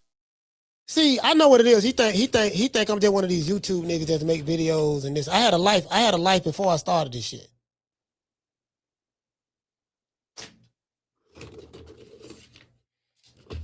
That's all I'm gonna say. I ain't really got no more to say about that. That's all I'm gonna say. Play with it. Phone lines over, man, 530-494-9636. Now, this is what I was showing. This is the funniest shit. This shit funny. I ain't gonna say here loud, bro. Smoke some good weed and watch this shit right here. Nobody who can I finish? We trying to have a respectful conversation. We're trying to have a conversation, bro. I just let you talk. Listen. Let me ask a question. Dog, nobody negotiates millions on social media. That's I'm like, why this fuck nigga ain't like what that tough guy shit when you was on there with Bill? Call him, what's your name? Where you calling from? Nobody negotiates millions on social media. And you got to turn the TV down in the background, bro. Yeah, bro, I'm watching you right now, bro. Oh yeah, what's your name? Where you calling from? Dank. Dank? Dank. Okay, Dank. Where you calling from? I'm calling from Pennsylvania. Pennsylvania, talk to me. Yo, bro, I want to say, bro, this dude fucking Dorsett, bro. That dude slow as fuck, bro. Like, he's slow. Like, what I want to tell you, bro, like, just let him know, bro. Like, if you could let him know that, bro, if he just needs to just, like, take his time and just, you follow what I'm saying? Like, take his time and you know, and talk. Because you don't know what the hell you be talking about. You saying the same stuff. Bro, like, I don't know, bro. Like, he really needs, like some type of boxing help, bro. Like, he don't have no help, bro. And one thing, bro, Shakur. No, go ahead, brother. Sorry about that. Shakur, bro, like y'all gotta say something about him, bro, because Shakur, like, he ducking. Like, there ain't no way in the hell Devin Haney, he not fighting Devin Haney right now. You follow what I'm saying? Like, he ducking right now. He like, I don't want to fight dude. He don't want to fight the other the one boy that just won. He ducking him. You talking about Osaki? Yeah. Man, I'm tired. I'm just tired of watching it for real. Like, he's just like, I don't want to fight him. I want to fight that baby. I don't want to fight. So somebody needs to get up on him too. But you need to just keep doing what you're doing. Though. You know, but shout out to Dank, man. Pennsylvania, stand up. Salute to you, brother. You know the crazy part about all this shit? The crazy part about all this is this. The hottest topic in boxing is Keyshawn Davis, Devin Haney, Bill Haney, and Coach Dorsett, a.k.a. Dumb Donald, from Fat Albert in the Game. And I told you guys Friday, I said, today gonna be my last day talking about this shit. I'm done with it. I'm moving on. But because this dumb nigga just keep talking, right? And it's obvious he don't know what he's talking about. And, you know, big dumb nigga, typical big dumb nigga. You know what I mean? Like, you got to, like, he's like, you got some, like, he's a doofus. He's a doofus. Like, he would be what you call a dodo bird, to be fair, right? And I get that. I understand that. But as I said before, if you know nothing about the business of boxing, why would you put it this way? That's like me having a debate with a builder or a carpenter or a mechanic when I know nothing about being a mechanic. I know nothing about that. I know what I know as it relates to what I'm good at. But when it comes to that aspect of business or whatever the case may be, like, if I'm dumbfounded and I don't know anything, I'm not gonna sit here and have an argument or debate with anyone about some shit that I have admitted that I know nothing about. Like, make it make sense. Caller, what's your name? Where you calling from? What's up, Coach? It's Damon from Cleveland. Damon from Cleveland, talk to me, brother.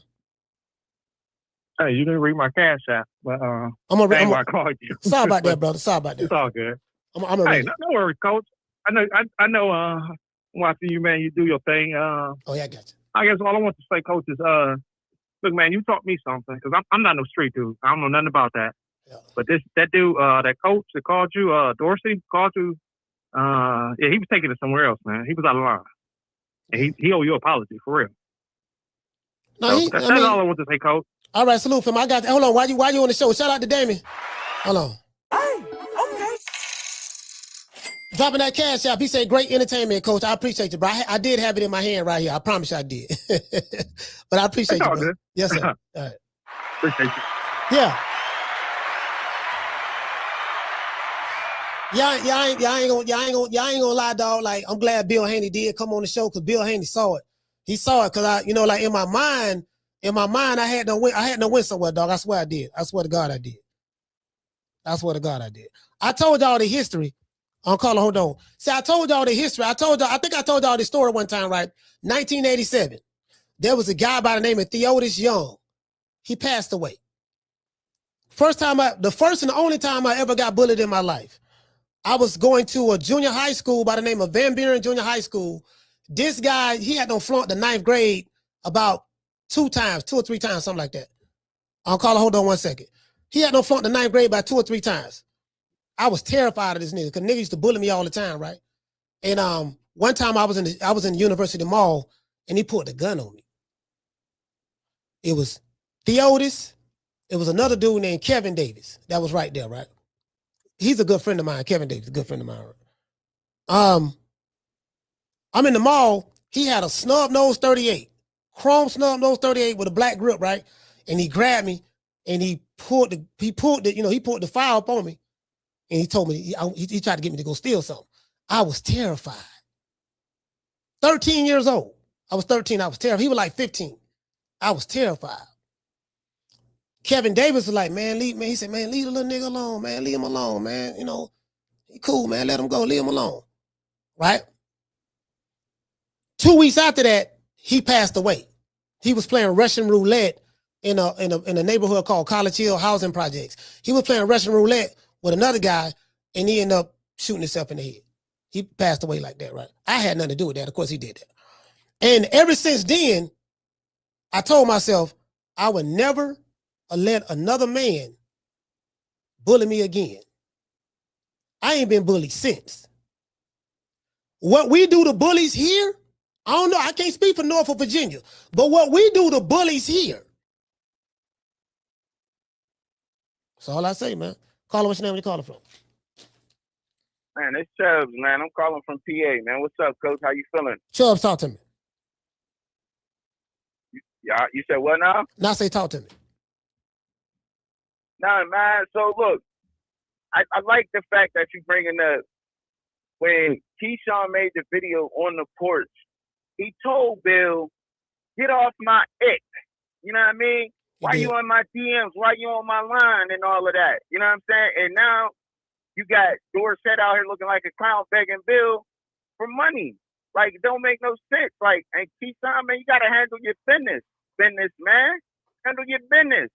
You had the promotional company on your line, and then you came out and said, and start talking about them being in your DMs and get off your ick and all that other stuff. Like, you can't talk to nobody, none of our OGs like that. You know, when that word come out, they're going to be like, all right, it's over with. Yeah. Now, Bill, I don't know how Bill was feeling, but if that was me, I would have been like, all right, yeah, go handle your business. Go see what else you can get out there. At that point, it was a dub. I mean, so, hey, now you got the coach out here looking crazy, your PR team looking stupid, and you got a clown out here representing you, man, and begging for money after you had that dude on your line. And handle your business. That's all I got to say about it, Coach. Hey, man, shout out to Chills, man. PA, stand up.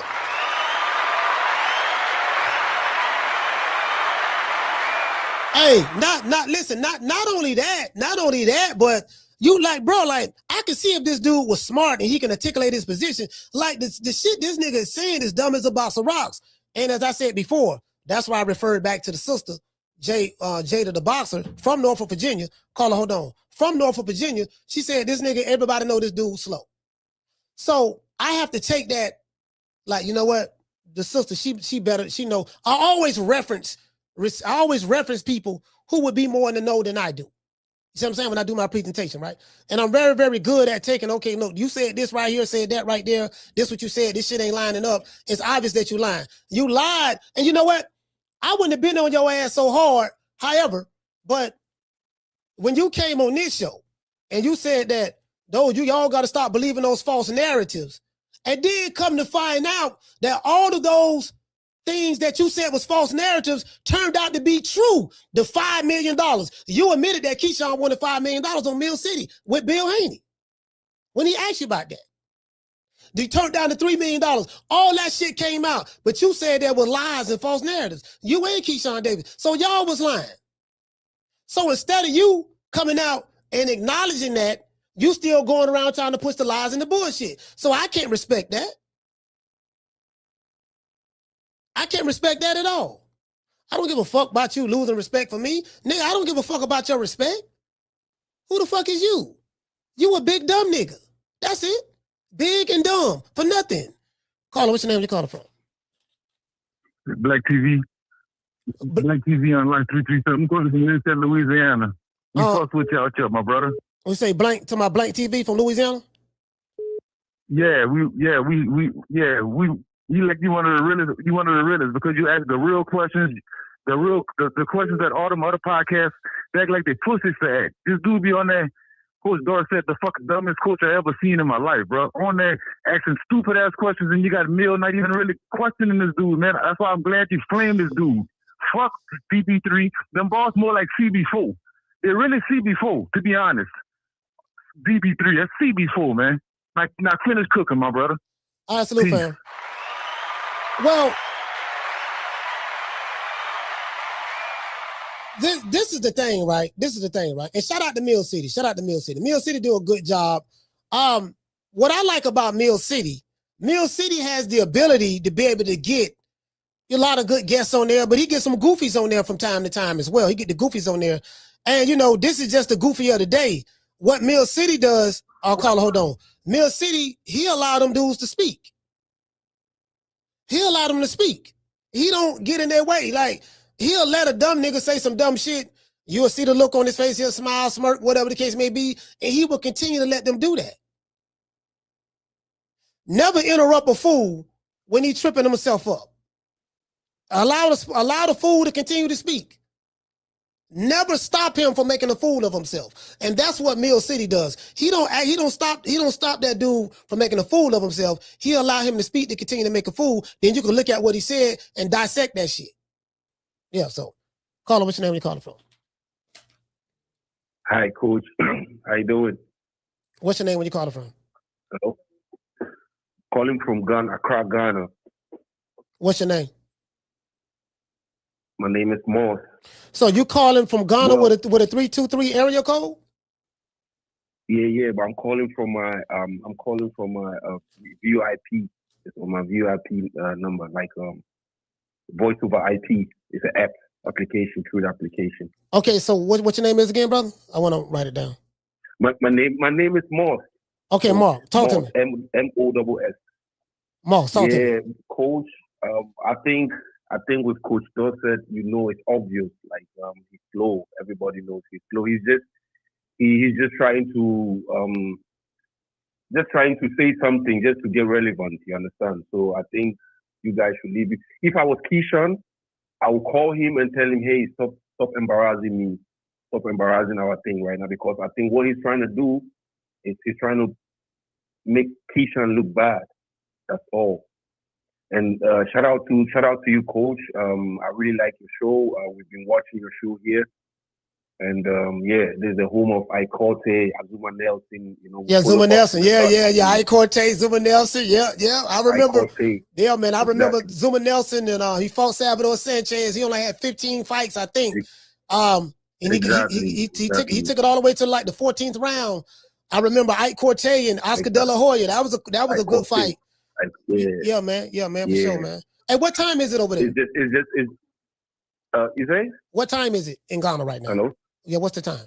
Right now it's 21 o'clock right now. Okay. It's like 9 o'clock. 9 o'clock, yeah.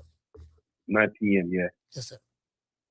Hey, man, I appreciate you. Coach, I appreciate you too, and keep doing what you're doing, and keep doing it, and don't get bothered by Coach Dorsett. He's a funny character. We like him though. Yeah, he's funny. We hope he can come back to the show.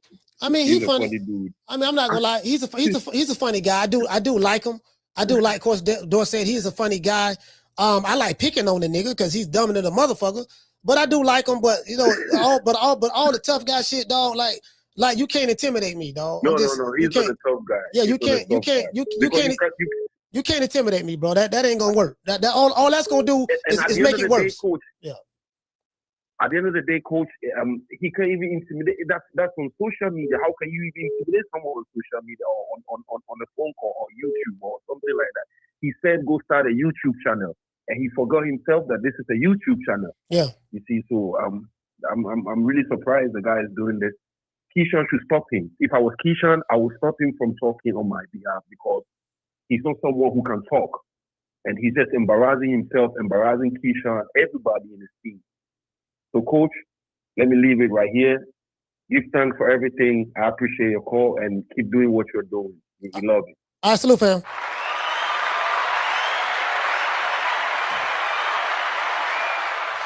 Shout out to Keisha. Hey, okay. Dropping out $2 super chat. She said, Coach, you got to start a YouTube channel ASAP. You can't make this shit up.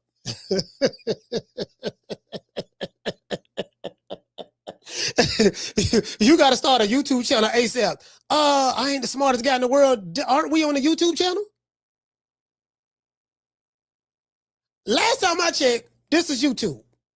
And last time I checked, because YouTube, this is Google. Google owns YouTube.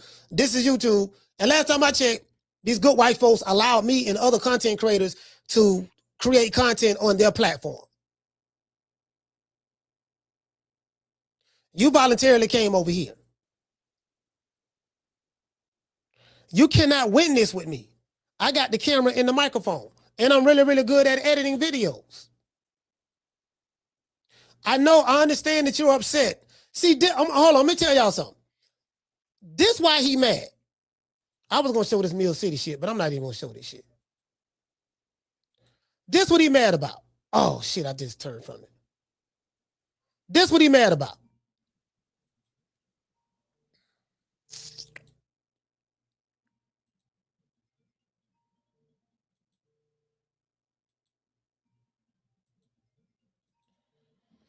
Hold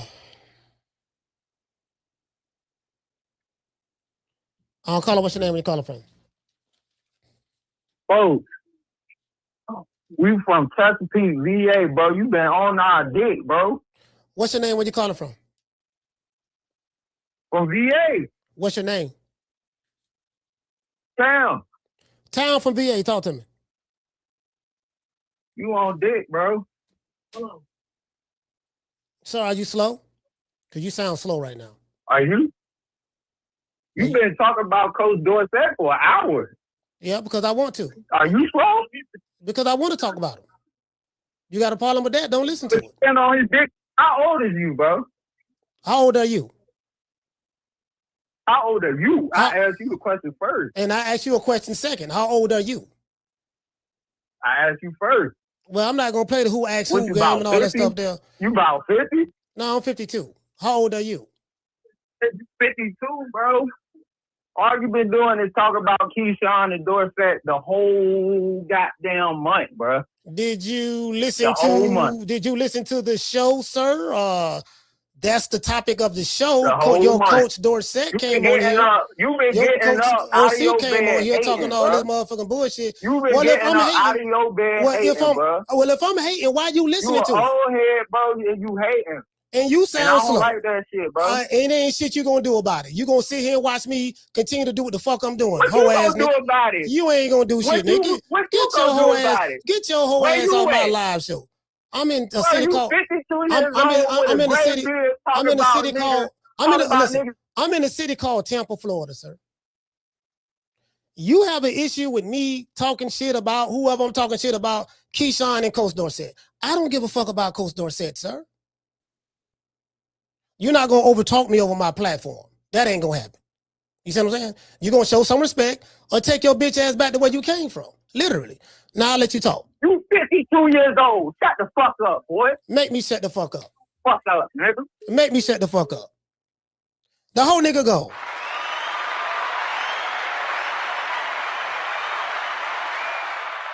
$754, call back, sir. What your number is? 754, call back. Any nigga don't like what I'm saying, make me shut up. Any nigga don't like what Coach Malachi saying, make me shut up. I'm going to talk about this nigga Coach Dorsett as much as I motherfucking want to talk about him. It ain't shit you or anybody else from that area can do about it. I ain't got no problem with VA myself, you know what I mean? At all. No issues at all, but I'm just saying. If a nigga don't like what I'm saying, nigga, you the one voluntarily listening to it. How you gonna complain about some shit that you choosing to listen to? Make it make sense. When the show over with, I'm gonna clip this show. And I'm going in. To this day. Phone lines open 530-494-9636. Literally. You know, the nigga sound like he's some kin to motherfucking Dorsett. He sounded slow. Literally. Caller, what's your name? You calling from? Hey, what's going on with you? This is Cannon from Maryland. Cannon from Maryland, talk to me. Hey, what's going on with you? Hey, man, forget what little dude talk about, man. That's probably one of Dorsett's little nephews, man. Yeah. He sounded just as slow as his ass did. He did sound slow. He did sound slow. He did sound slow. Man, I even had, hey, even Dorsett even tried to at me before, man. I he would slap me. I got the remedial. You know what I told Dorsett? Yeah. I told that nigga, I say, look, man, if you want to see Bernie Mac and Richard Pryor, feel free. My thing. Slap me up. Listen, my thing is this. I get it. I understand the brother upset. I understand the brother that I love him upset. That's probably one of his family members or whatever. And the brother who did call the show, his name was Dank. He did sound kind of slow. So, and of course, Dorsett is slow, his goddamn self. So that's probably, that probably his family member, cousin, or whatever the case may be, and they gonna slap, they gonna do this and do that. Man, like, I ain't, again, bro, like, y'all got to show me this shit, fam. Like, I just want you to be motivated to just really, if you really own that, what you say you own, you got to show it. You got to show the whole world you're going to do that shit. If you really own it. That's all I got to say. Hey, I mean, it's his fault at the end of the day. It's his fault at the end of the day. No, he the one who wants to speak up for Keyshawn. You keep digging yourself a big hole. The thing is this is the thing, right? This nigga is so damn dumb. And as I said before, the shit that he's talking about is nonsensical. Like, fam, how do you expect a guy who has nothing to do with your promotional company to pay the salary of a fighter when he ain't got nothing to do with that situation? Like, literally, the offer is coming from Top Rank. What part of this dumb nigga ain't understanding? That's what I was trying to figure out. And plus, this is his biggest payday, Keyshawn. Yeah, I mean, if you this bad nigga as you say you win, prove it. Yeah, he's selling wolf tickets, dog. Like, listen, again, I'm gonna say this one more time. I'm gonna let you go, brother. I appreciate you calling the show.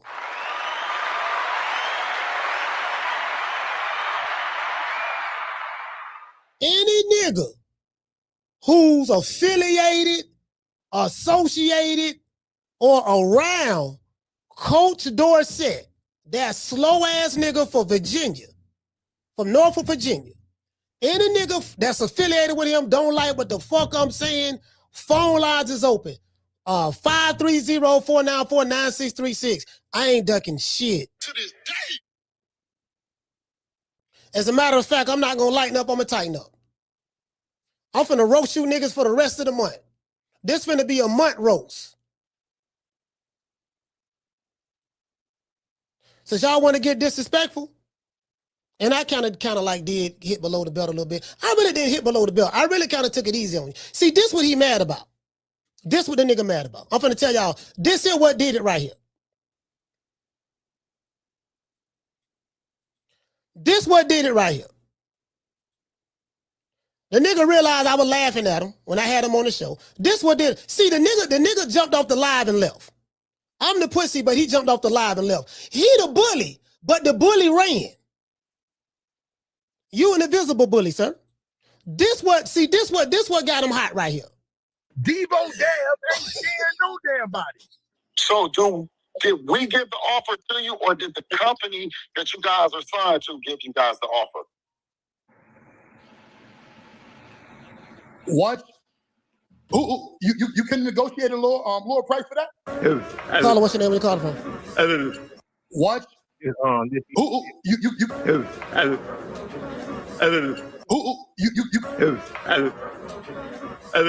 Wait a minute, fam. Yes. I got this. You couldn't have negotiated more money. You couldn't have. My bad. Go ahead, brother. Talk to me. What's your name is, brother? Hold on. What's your name is, brother? D from Memphis. D from Memphis. Talk to me. Yeah, Coach, I've been watching your show since about what's the dude's name from the Spence fight and the dark skin dude. Yeah, Crawford. when he beat his ass. I really wasn't no boxing fan until I, you know what I'm saying, started listening to you because your show, man, was funny as hell. I used to watch, man, just to watch them clips that you be showing, like the one where you got Mayweather in the corner and dude staring at him, white. You talking about Booger Ray Leonard? Yeah, Leonard. Yeah, Leonard Ellis. Yeah.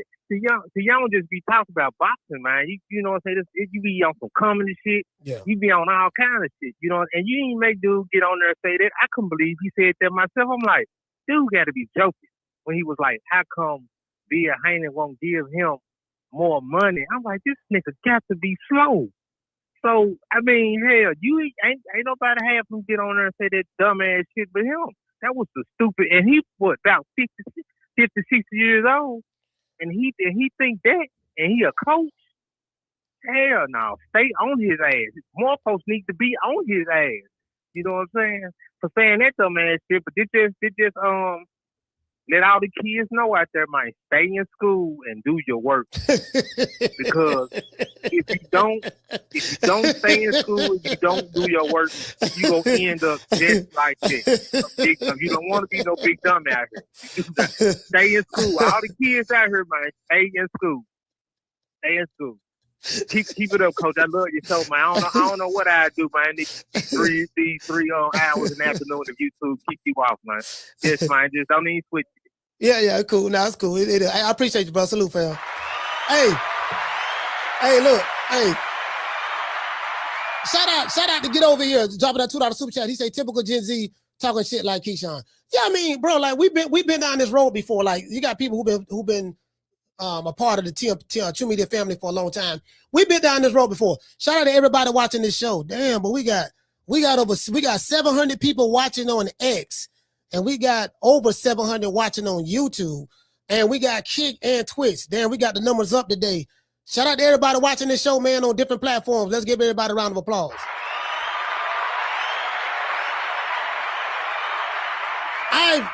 I've been down this road before. I had one nigga call me from New York.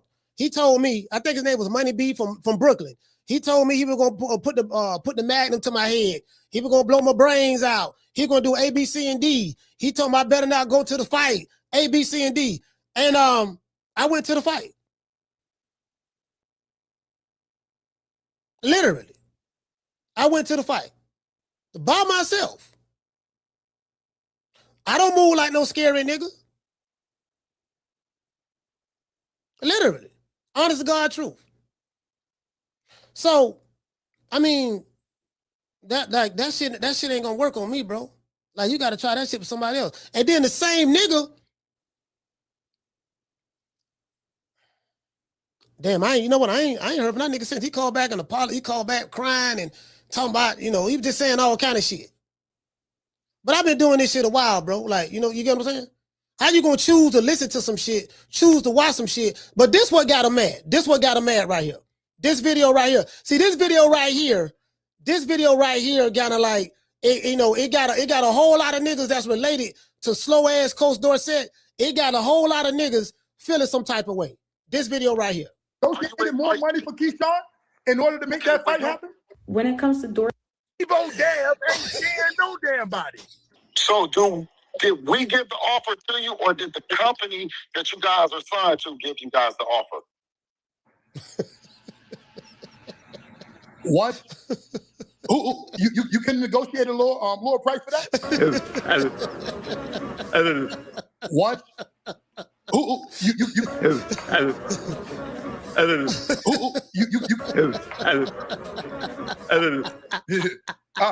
Yes.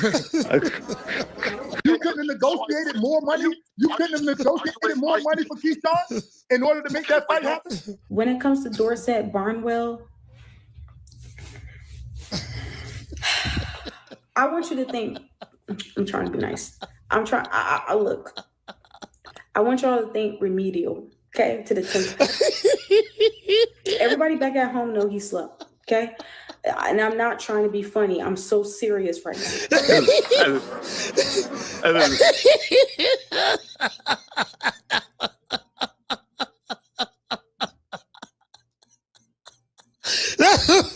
That's it right right there. That's it right there. That's the one right there. That's the one. Carla, what's the name where you called it from? Blue Coach Tequila Kareem. Hey, shout out to Akila. Talk to me. Coach. What type of man falls and defend another man? What type of man calls defending another man, Coach? What would you call that? Please tell me.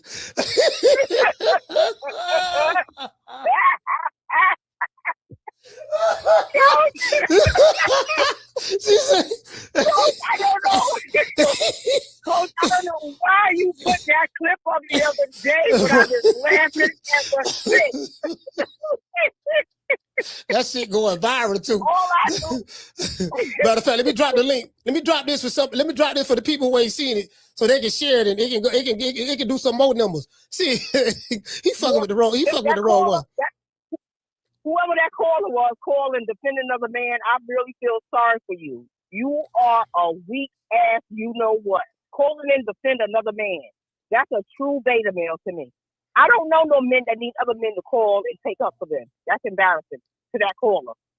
Well, it might be a family member. You know, he sounded kind of slow too, so I would not doubt that that's a family member. He sounded like a YN, and he sounded kind of slow, so you know that's probably what it was. You know, yeah, fair. But those are not real. Those are not real men moves. Real men don't do that type of stuff. Those are punks to me. All right, Coach, that's my call, Coach. Still in New York, Coach. Hopefully, I'll be leaving tonight to go home. I can't wait to get from up here. Okay. All right, shout out to Akila. New York, stand up. Hey, this what did it to him. This here was the silver bullet right here. That's what did it to him. Shout out to Paul Bunyan. Hey, okay. He said, Bill, what the process? Question, Dorsett. Man. Hey, shout out to Be Easy Wordplay. Hey, okay. Dropping that quarter of a bam, dub on your boy. Hey, Leroy. Super chat. Hey, he say, bro, he say, Coach, these people gonna run me off the job. Man, these niggas, man, like, fam, like, bro, like, that's what did it. That video right there, bro, between the short that I dropped, really, that was Mill City. That came from Mill City. Shout out to Mill City. Salute to you, brother. The short that I dropped, because I was just showing the idiocy in this shit. Carla, hold on. And then that video right there, so the brother feeling some type of way. And I get it, I understand. Now that I think about it, I understand. Carla, what's your name? Where you calling from? What's up, man? This is Rico, man, from Norfolk, Virginia. Rico from Naptown, talk to me. Why you talking about my cousin like that, man? You know, I don't be playing. When I catch Bill, don't be some bullshit. You know, I don't be playing like that.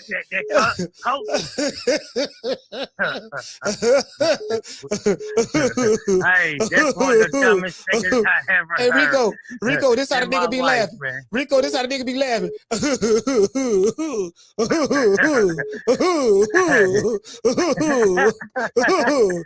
Which way did he go, George? Where did he go?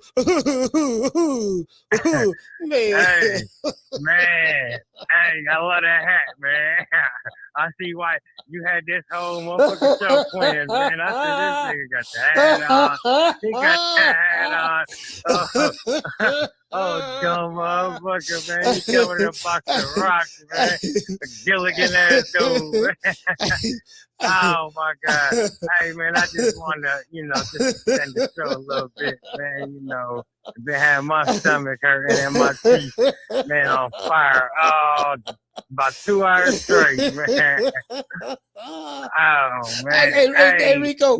Every city got a bell flyer. What is it?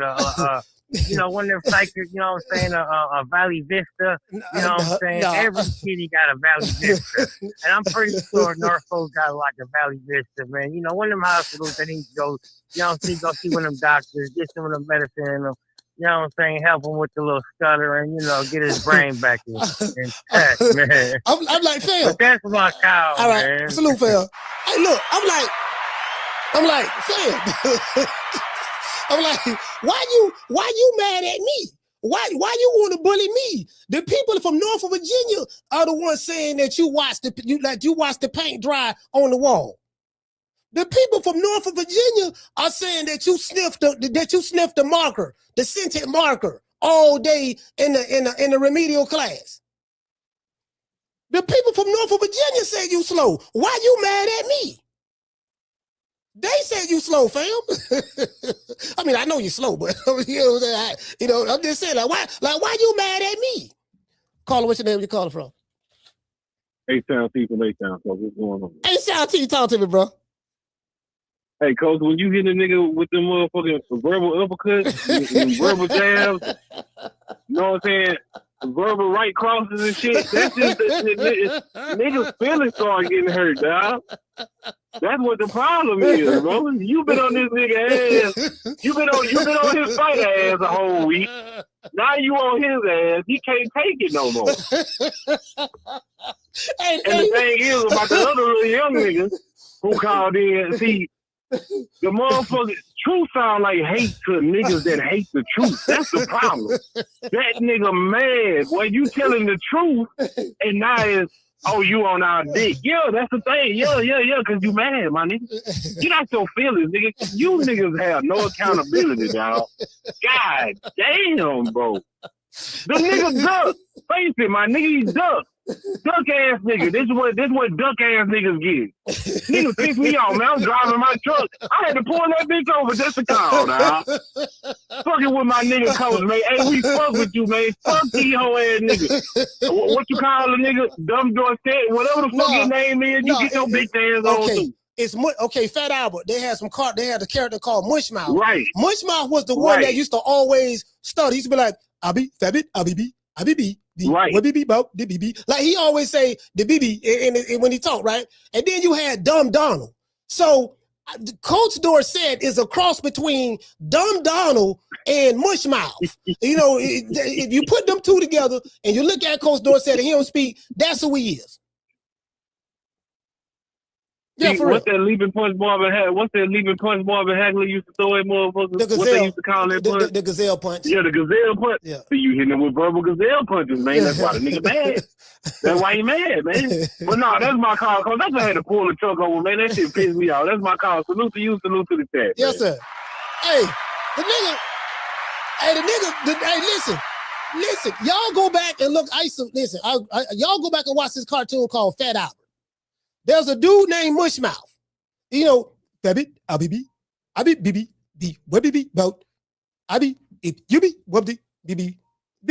You know what I mean? Like that's how y'all look up Mushmouth and look up Dumb Donald. Dumb Donald. That's that nigga there.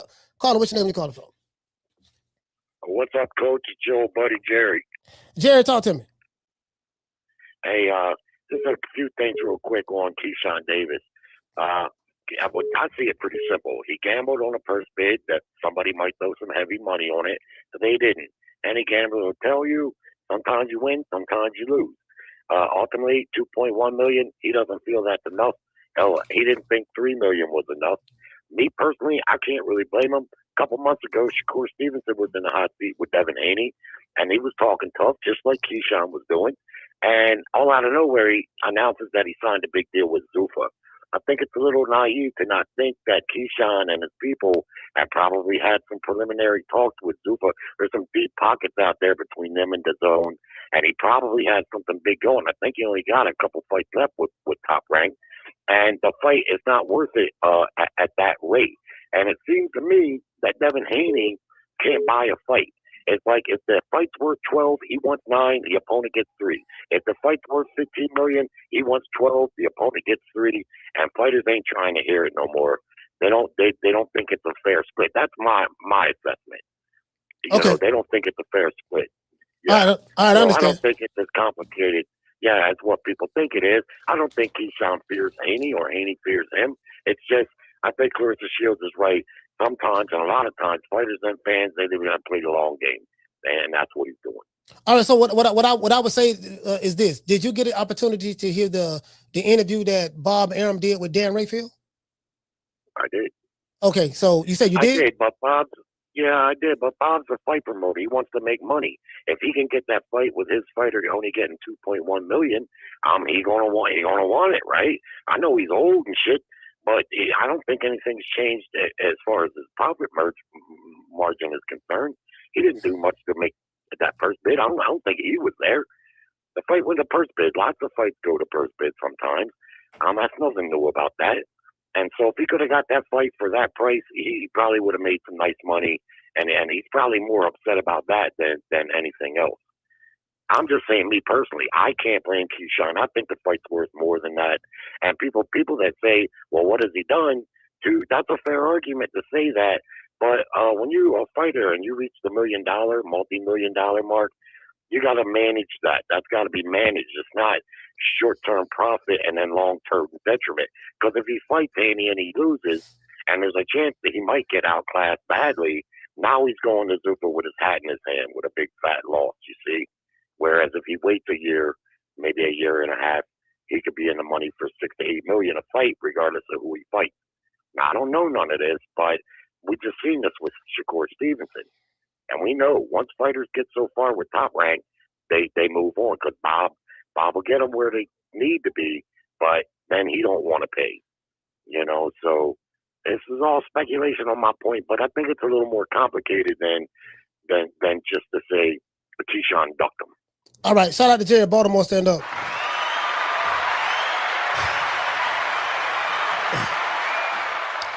Yeah, bro. It's a whole lot I can say. It's a whole lot I can say, man. But at this point, I you know what I mean.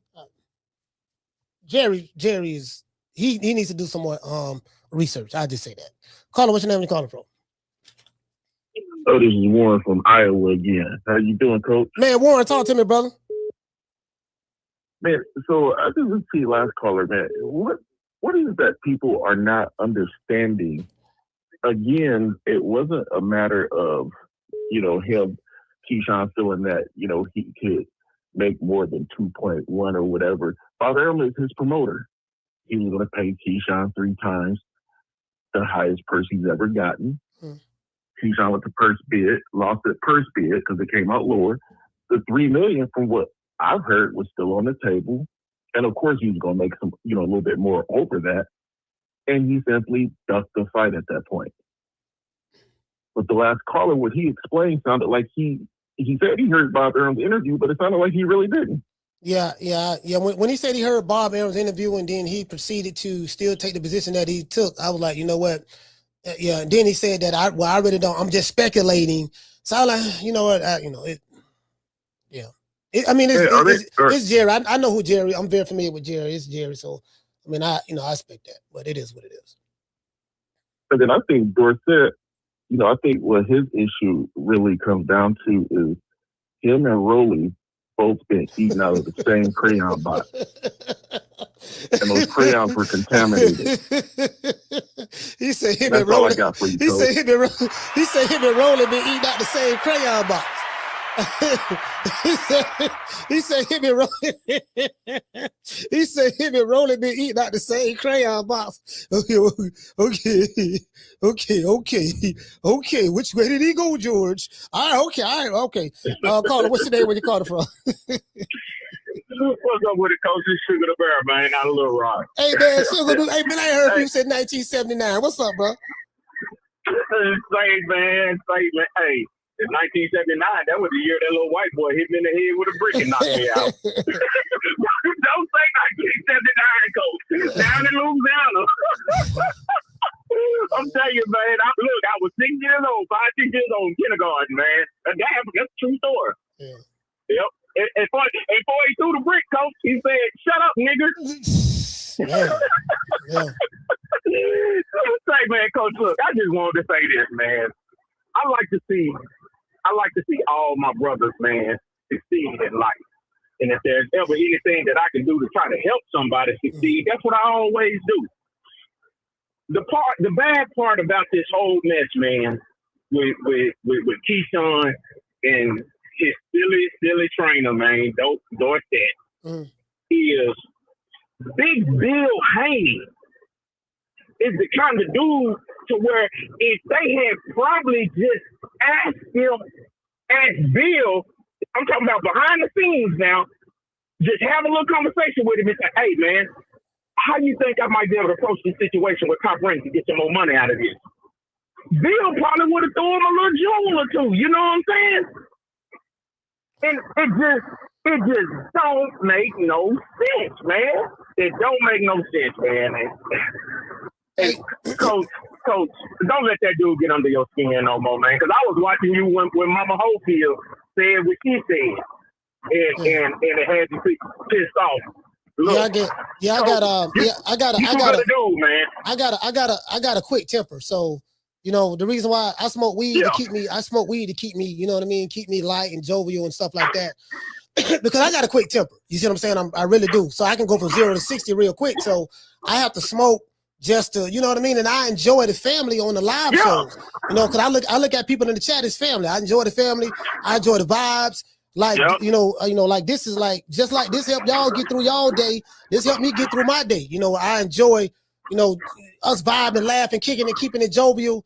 But, you know, I don't have my best days. I don't have some bad days doing this since I've been on it. I'm human. It happens.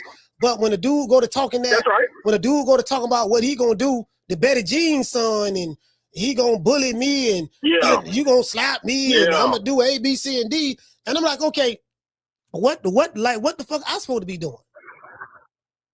Yeah, for them threats. Know what I'm saying? My thing, like, what am I supposed to be? Okay, so while you doing all of that, what am I supposed to be doing? rid of me that bad, man. When you figure that out, you and the slow nigga that called on behalf of the Coach Dorsett from the 757, you and that slow nigga, when y'all figure that out, y'all come do that shit. But it's sugar the bell. Go ahead, bro. Look at here, Coach. Look at here. So me and you the same age. We're both 52. Okay. Now I was in them streets real heavy. For anybody that feel like they want to check my resume, my ADC number is 98163. You can look it up. So here's the thing. I had a nigga, and it's crazy that you said what you said a little while ago, man, because it's mirror image. So I had some issue with a nigga who was bullying in the street, and I always hated bullies, Coach. That was bullying in the street, and guess what his name was? What? Theotis. Oh, Theotis. Oh, man, Theotis. His name was Theotis. Yeah, that's the dude that, So watch this. Theotis. Yeah, you had the problem with the bully Theotis. That's why I say mirror image. So here go the thing, Coach. Here go the thing. I went to the pen because I got tired of his mouth and what he was doing to people in my neighborhood. And so I went to go kill the nigga. And the nigga was so scared, and he knew I was coming. Somebody had told him. And the nigga came out the house, man, with a Tech 9. Jumped down and tried to cock it, and I just started letting off on him. The nigga dropped his gun, took off running, jumped over a privacy fence, and I shot him in his ass one time while he was jumping over that fence. And the thing is, people like that will get to us. And I'm in this truck right now. Like I said, mirror image, because I be listening to you, Coach. And I remember you saying you was on that road for a while. Named all them companies you drove up. Yeah. And that's what I'm doing. CRST, Stevenson Transportation. I used to work for a bunch of different companies, man. OTR. And I used to drive regional. And I'm on there you go. And see, and I'm on the road right now, Coach, and driving my truck as we speak. And so, you know, I had to do that because I was just like you. What you say? My temper was so quick, man. My temper was quick, Coach. But my temper was quick for niggas like him because I always defended people from bullies. My very first fight ever in my life, Coach, was two white boys jumping on another little white boy when I was in the second grade. And I seen it walking home from school, man. I ran up the sidewalk with both them two little white boys and told Clifford, the other little white boy they were jumping on, I said, don't worry about it, Clifford. I'm going to walk home with you every day. And that's what I did. make sure they leave Clippers alone. I can't stand it. Say, Coach, hey, man, I'm proud of you. You keep doing your thing, man, and I'm going to keep listening. I can promise you that. Shout out to Sugar the Bear, man. Get up for Sugar the Bear. Salute, there you go. Little Rock, Arkansas.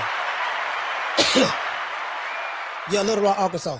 Yeah, so that's what made them. That's what got them. You get what I'm saying? Like this right here, this video right here. And again, I knew. I said, you know what, dog? This right here is Shout out to Mr. T. Hey, okay. Dropping that $2 super chat. He said his eyes are like that to help him catch. He said his eyes are like that to help him catch flies. Shout out to Mr. T. He said he sound like Ed from Ed, and Eddie. A hashtag butter toast. Man.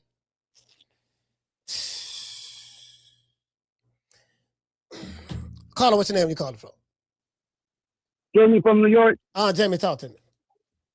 Yes, sir. Hey, man, I don't like bullies either, man.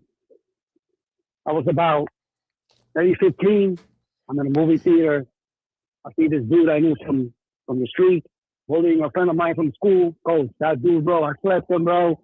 I picked him up and threw him through a glass window, bro, at a movie theater. I'm sure he never bullied anybody ever again in his life, bro. That's one thing I don't tolerate.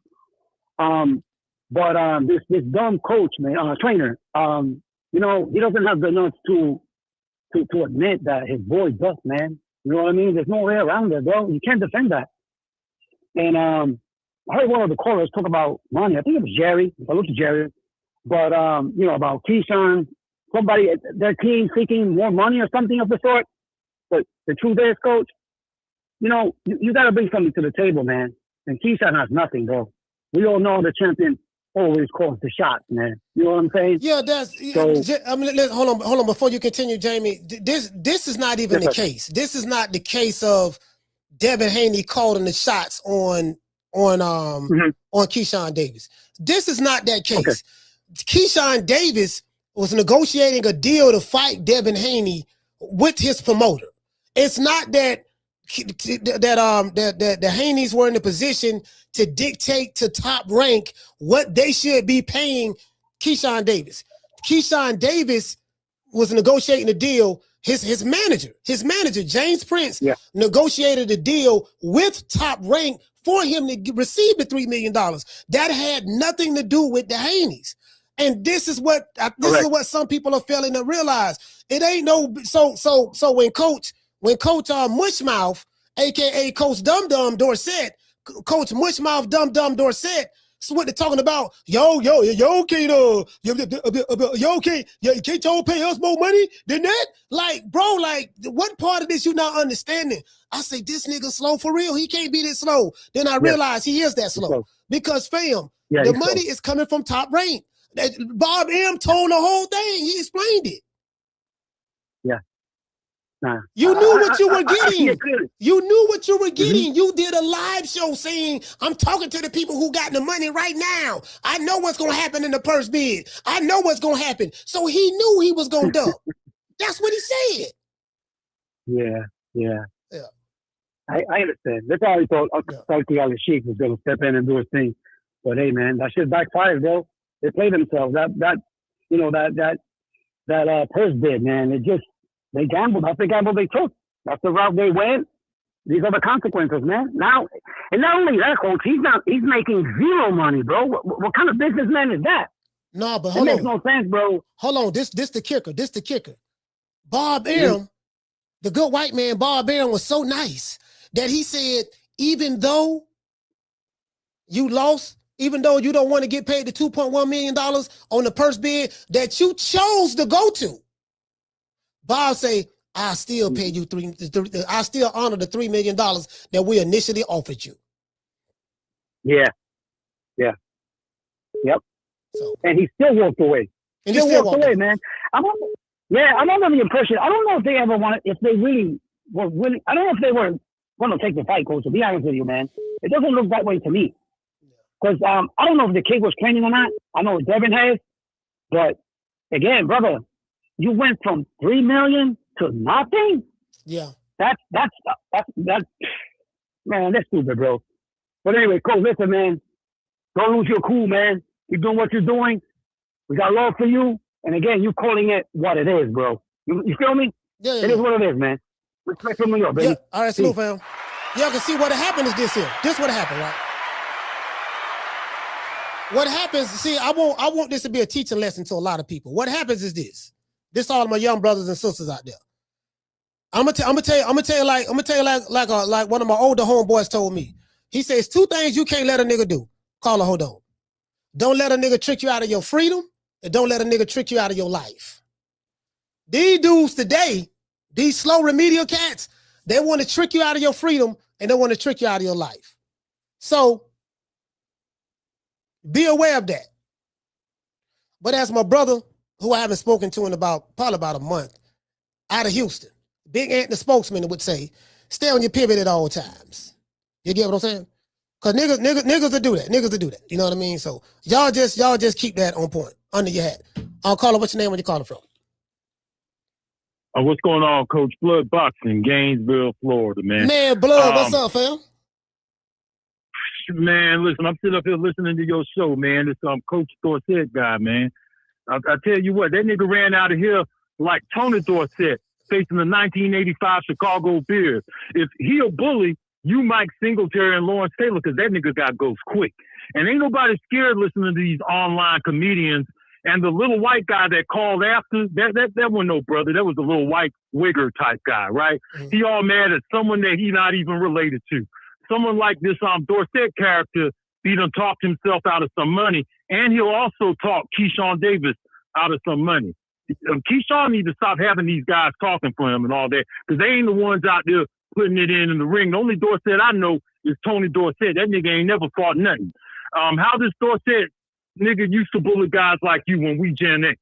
We early 1970s. In the early 1970s, we just cut from a different cloth, man. Right? If you from the early 1970s and you still getting bullied in 2026, you must have special needs or something, right? How old was this little Dorsett guy when we was coming up, right? He ain't come up the same time as us. I could look at him and tell that. He like 38. He like 38, 39. Yeah, he a little nigga. He a little nigga for us, man. He didn't come up with us, so don't talk about our era. You didn't come up in our era, nigga, right? So don't tell Coach what you would have did to him. You was a little ass kid, right? Drinking Similac and shit. And Coach, you done been some everywhere. Ain't nothing happened yet. Ain't nothing happened yet, right? Just talking out of his ass on the internet.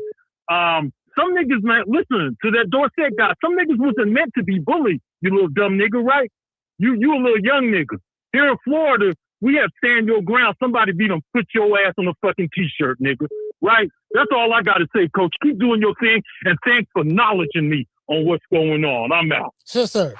Shout out to my brother Blood Boxing, man. Blood, man, hold on. Blood Boxing, Blood got a channel called Boxing, Retro Boxing and Documentaries. He's the boxing historian.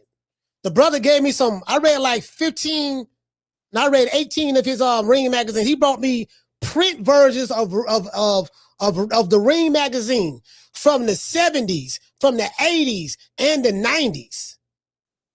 Real boxing historian. You get what I'm saying? Like, for real. He put in work.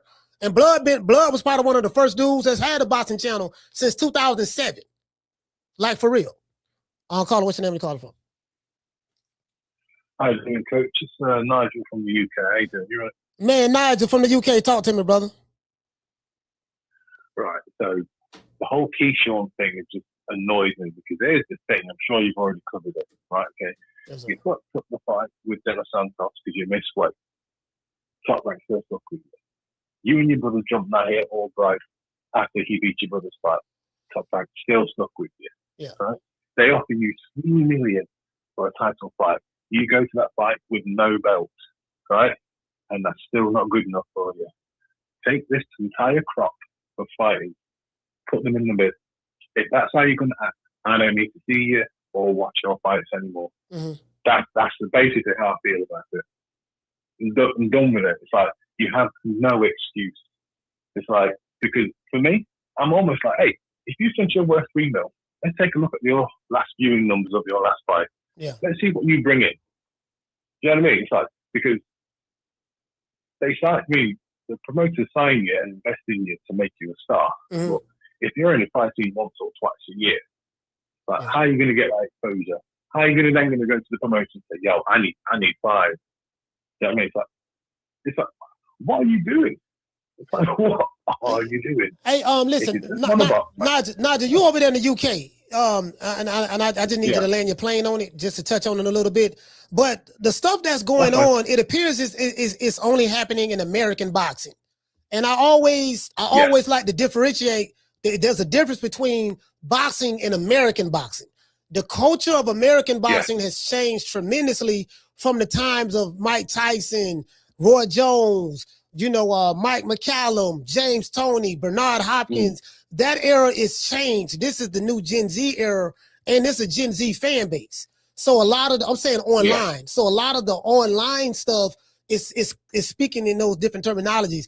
Do you see something similar going on in the UK, or the UK is the total opposite of what's going on in America as it relates to boxing? It's the opposite. Complete opposite. It's like you take a look at fighters like Sam Eglinton or Cheeseman, Derek Chisora. We don't give a damn how many losses you've got. When it's time for you to step up and fight, you step up and fight.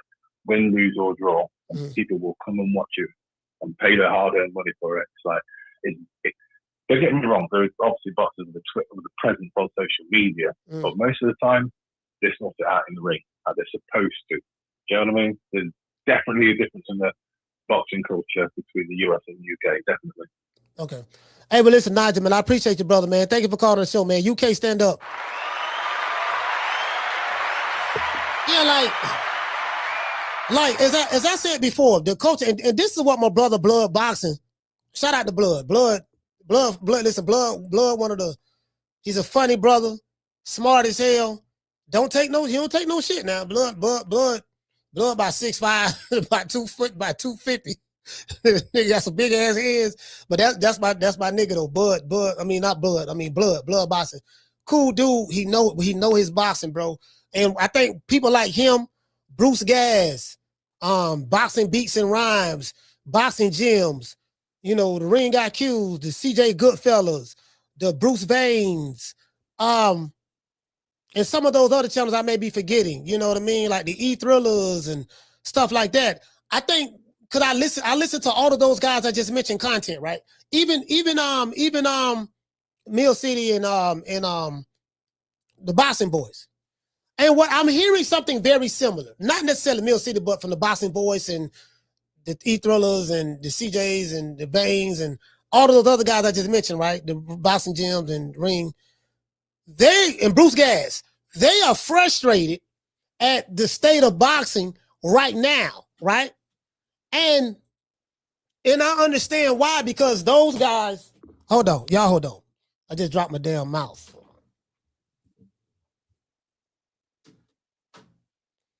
All right, we good.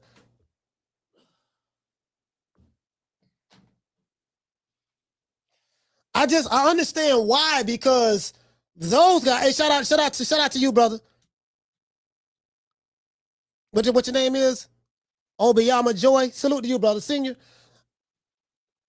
And a lot of you guys that's in the chat have been watching boxing a long time. You guys are frustrated because you remember how it used to be. I talk to a lot of people in boxing, whether it's Steve Kim, whether it's Tim Bradley, whether it's Carl Moretti, whether it's just whoever I speak to, right? And I feel you guys' frustration. I do. I swear I do.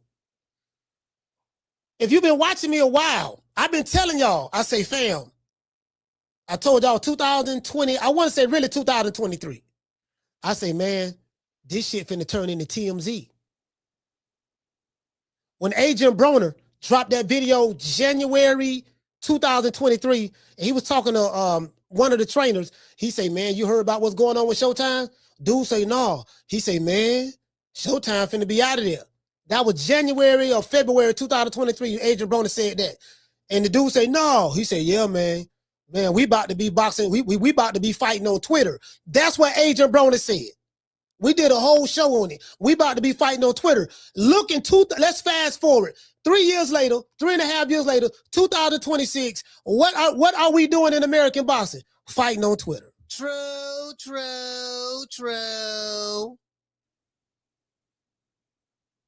What I noticed the change, and this is what I'm trying to get brothers like Blood Boxing, those other guys I just mentioned to understand. This is what's here. I told y'all, the boxing fans that are here now are influencer boxing fans, which come from the Jake Paul era. Jake Paul, he ushered that in, and the celebrity boxing fans. That's what's here. So these are the guys who they gonna get mad. They gonna, threaten you online, tell you to drop the addy, all that stuff there. They ain't gonna do nothing, because as I said before, shout out to Omaha, Nebraska. I done been to Omaha probably about 6 times. Shout out to Omaha. I fuss with Omaha heavy. Shout out to Houston, H-Town. Fuck with H-Town heavy. Love H-Town, one of my favorite cities in America. Shout out to Vegas. Shout out to L.A. Them boys over there off Denver Lane, specifically. And the Rolling 20s over there too. That's on the other side. That's like West L.A., West Los Angeles. Off of Arlington and 21st Street, where I used to live at.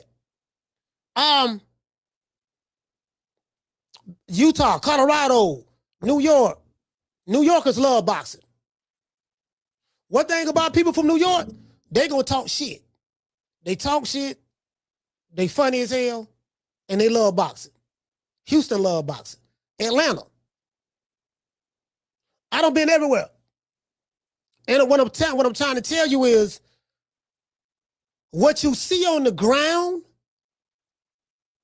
and what you see online are two different things. So I understand your frustration. I was getting frustrated too. Then I realized, I said, you know what? This way it's at. This is the reality of the situation. I was wrestling with it. I had to accept the fact that this is what American boxing have come to. I've accepted that fact. Over here on my channel, I'm very sarcastic. That's a Florida thing. Well, my family is sarcastic as well, but Florida niggas sarcastic. Florida niggas talk shit. Florida niggas talk slick. You see what I'm saying? That's it. That's Florida. Whether you in Jacksonville or Miami, and anything in between. You got certain parts of Florida that's country, and you got certain parts that's not. But you get what I'm saying? The Florida, you know what I mean? Like, that's just what it is. And me, I talk a lot of shit, laugh, kiki. That's what it is. So I try to make it. Basically, I just be me. This is my personality. People who've been knowing me a long time, who listen to this show, who know me personally, when this live show ends, I got people who I talk to personally. Some people have been to my house that I know personally. And then of course, a lot of my old friends and even my brothers and my younger people who know me as well, right? In this city. Everybody fuck with me. Everybody got love for me. Right?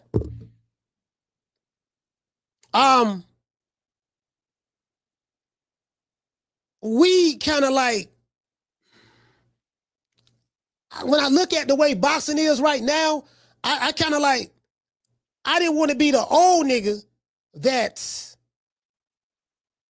just bitter. Because this shit'll make you bitter. Oh, for the young fool that said, oh, nigga, how old you will, nigga, you an old head. Well, young nigga, live to become the old head. The young nigga who called me from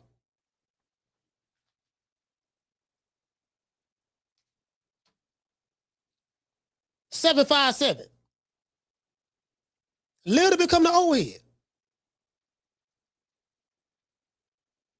Just, do you get what live to become the old head, nigga?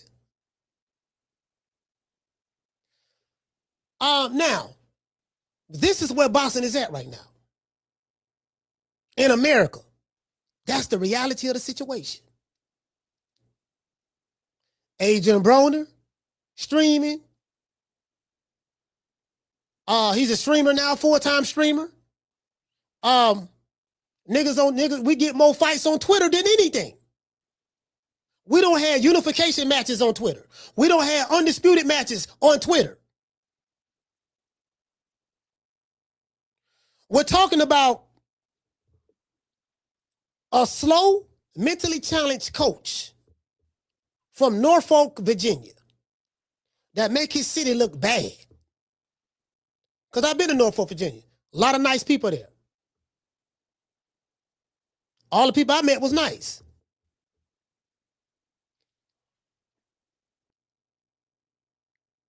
And you doing a bad job, like you at the bottom of the totem pole. You're not the head coach. You're not the manager. You're nothing. You're nobody. You're just a big, wide-eyed, cross-eyed, dumb nigga that stutter a lot. You a doofus. That's what we call nigga like you when I was coming up. You a doofus. You a big dummy. You that nigga that Fred Sanford was talking about on Sanford and Son. You big dummy. That's what you is, fam. From an intellectual standpoint, I run circles around you. That's why you ran off the live. I'ma still clip this show. This show gonna be clipped. I'ma still clip it. And I advise others to clip it. I'ma clip this show. I'm on your ass. There's nothing about you or this boxing shit that's in it that's a reflection of the boxing that we came up with. I remember a conversation that I had with Steve Kim. Steve Kim told me this here. He said, Coach, you know what? I said, what's that? He said, I've come to the conclusion that I have seen the best years of boxing, that I've seen the best years of boxing that I'm going to see. And as Steve stated on this show, I was in LA and I was invited to a dinner with a lot of the top guys in the sport of boxing on multiple occasions. And without mentioning any names, these are some of the stuff that we talked that everybody was talking about. There's the real, and then there's this shit. That's why I told y'all, you ain't got to worry about nobody doing nothing to you. I'm a little nigga. I'm 5'6", 170. I'm a little nigga. And I'm telling you, I've been everywhere, including Norfolk, Virginia. I had a brother walk up to me, big dude too, big dude. He said, hey man, what's up, coach? I said, what's up with you? I'm not gonna say the brother's name, but because I don't want the brother to get in trouble, but he cool. He cool. And shout out to these boys up in the mention. I ain't got no beef with them. He said, yeah, man, I went to LDBC, man. I said, what's up with you, bro? He said, man, can I come over and we can walk and I can talk to you? I said, yeah, what's up? The brother will tell you. I walked off with him. That's when the situation happened with Keyshawn Davis and Nair Albright and his little brother Keon. Bunch of people in the hallway. It was a lot of stuff going on. The baby was in the stroller.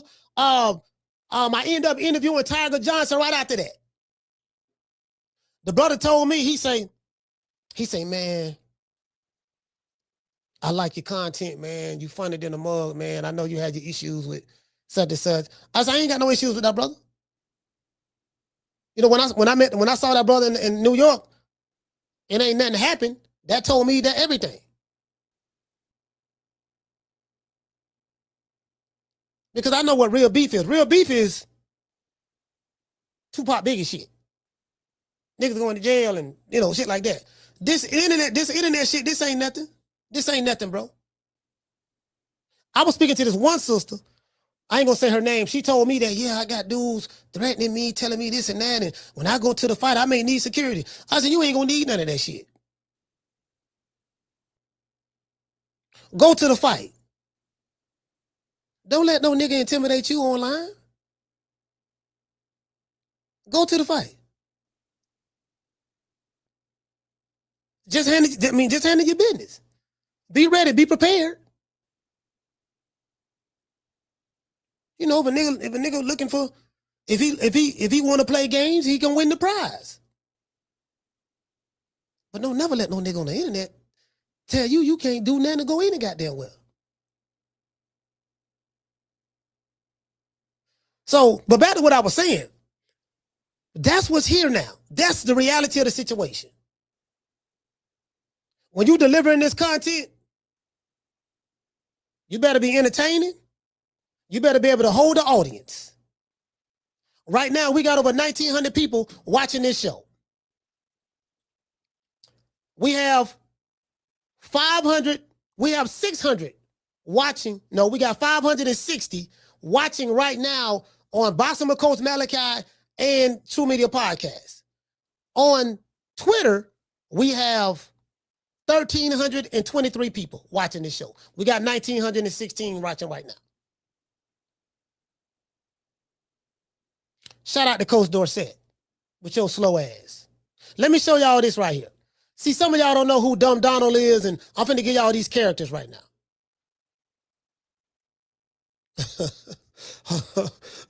Dumb Donald and Mushmouth. Y'all, hold on, y'all.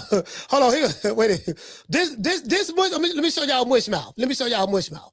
This Mushmouth right here. This dude right here with the red hat, I think this Mushmouth right here. And the way he talk is Gabi, Abi, Gabi, Abibi, Abibi, B, Webby, Abi, Eddie, hungry, Bubby, please, Bibi, duh, Bibi. Like y'all look up, and this is Dumb Donald. The dude with the hat on his head, covering his eyes, this is Dumb Donald in the green with the pink hat, and behind him with the red skull cap, this is Mushmouth. Mushmouth and Dumb Donald. The dude with the pink hat is Dumb Donald. The dude with the red stocking cap is Mushmouth. Go back and look at this here. Shout out to my main man, Rick from Houston.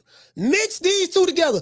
Coach Dorsett, which is Keyshawn Davis' slow ass trainer, he is the combination of Mushmouth with the red hat, and he's the combination of Mushmouth in the red hat and Dumb Donald. If you go back as far as I go back, I was born in 1974. If you go back as far as I go back, you will remember this cartoon called Fat Albert. Now, when you go back and you look at this guy, now you know what it is. He's a combination of Dumb Donald and Mushmouth from Fat Albert. He's not the smartest guy in the world. I think that's obvious. And the people around him, more than likely, they're not the smartest guys in the world, neither. You made a big mistake, sir. Coming on my show, being very disrespectful, and then telling me what you would have did to me. Sending me a subliminal threat. I'm here to tell you, it ain't you or no nigga in your crew gonna do a motherfucker thing to Coach Malachi. You gotta deal with the consequences of that shit. I'm not no mark for no nigga. When I leave this motherfucker, I'm gonna tell y'all something. When I leave home, my sole purpose and mission is to get back home to my family. If any nigga named Coach Dorsett or any nigga who don't like it gonna try to keep Coach Malachi from coming back home to his family, you have another thing coming. You ain't putting your hands on a motherfucking thing. I ain't no bear. I ain't no killer. But what I'm telling you is this here. Take that bully shit to another nigga, dog. I don't like bullies. And the dudes I be around, we don't like bullies. I'm not gonna be the nigga that's gonna be trembling and crying and no, that ain't gonna happen, bro. You had somebody call the show, ask me where I'm from. I'm from Tampa, Florida. I be all over the city. Whether it's Temple Terrace, whether it's West Tampa, whether it's sometime I'm in Ponce de Leon, not all the time, every now and then. Clee's Barbershop right there on 50th Street.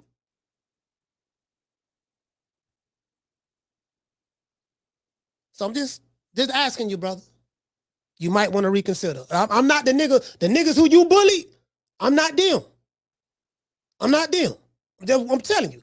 I'm not the niggas who you bully. I'm not them. Take that shit how you want to take that shit.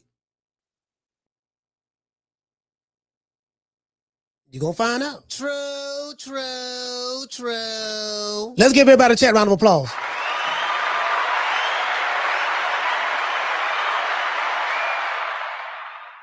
Cause I'm gonna tell you like this here. You ain't gotta worry about me. You're gonna have to worry about what come with fucking with me. I got a lot of niggas got a lot of love for me. I ain't talking about doing that to nobody. But I ain't taking it laying down. I'm telling you. You're gonna have to deal with what comes with that shit. If you willing to crash out, if you want to crash out and deal with what comes with your crash out, so be it. You get what I'm saying? That's all I'm gonna say. Shout out to Hey Miss Parker. Miss Parker, what's going on? She said today's show was fire. Man, we got 2,000 people in here. I swear to God. Boy, I wish y'all, matter of fact, let me show y'all this here. We got 2,000 people in here right now. Let me show it to y'all. Because I just screenshotted it. Did I screenshot it? Because one thing about me, I don't do no capping. Let me show y'all this here. And shout out to Bill Haney, man, for coming on the show and, trying to cool the temperatures down. Bill said, I saw the look in your eyes. Yeah. Yeah. Here you go right here. So don't nobody thinking I'm capping. As you can see right here in the top corner, let me blow it up a little bit more. See, this what y'all don't see. This what I see. Y'all don't see this. As you can see right here in the top corner, 1,999 people. That's what's here. Right now it's 2,004 people. So this what I see. Y'all don't see this number. Y'all only see y'all only see the YouTube number. Y'all don't see this number.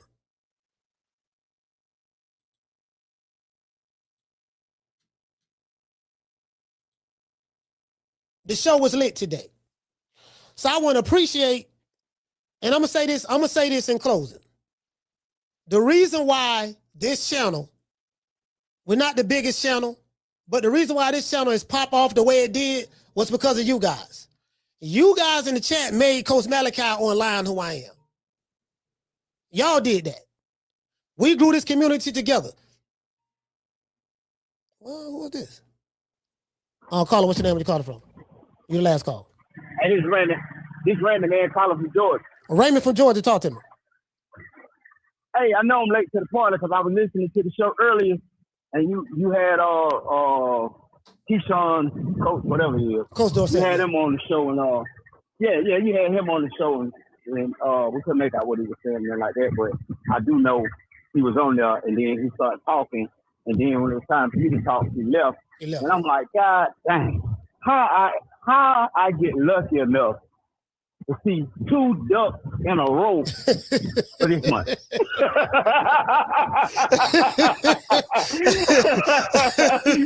I think all doggone Keyshawn get it from him. He ducked Devin, and then he come back and duck you. I'm like, what in the world going on, man?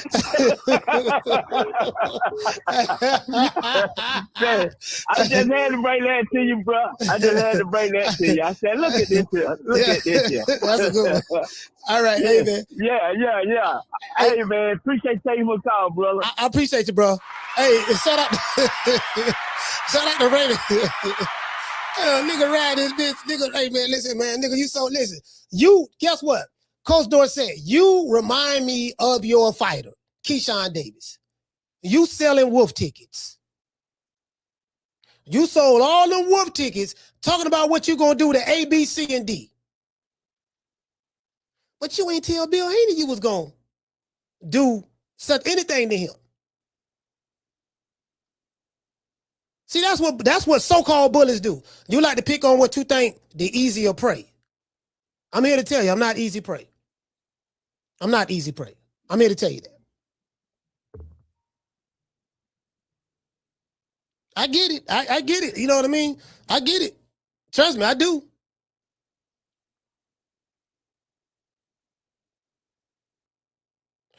Caller, what's your name? Where you calling from? Derek, talk to me. You the last call. All right. Because I know you don't want to talk about Shakur, but I ain't gonna lie. When you get a chance, he got to get it too, because that nigga Shakur ain't trying to fight nobody. He turned down the Shockey fight. Mm-hmm. Ryan wanted to fight him. He don't want to fight El Rayo. And he don't want to fight Russell too, because Russell cleared that. They said they willing to fight him. So Shakur capping on a Gary Russell. And on top of that, the man ain't trying to fight nobody. I think the dude soft as hell, coach. I'm trying to figure out who he's gonna fight next. He quiet now. He hiding. He not on Twitter. I ain't seen him on Twitter lately, but Shakur, he gotta get cooked. Cause that nigga pussy, bro. Like one of the softest boxers, like one of the softest niggas, bro. Like he be doing all that talking, bro.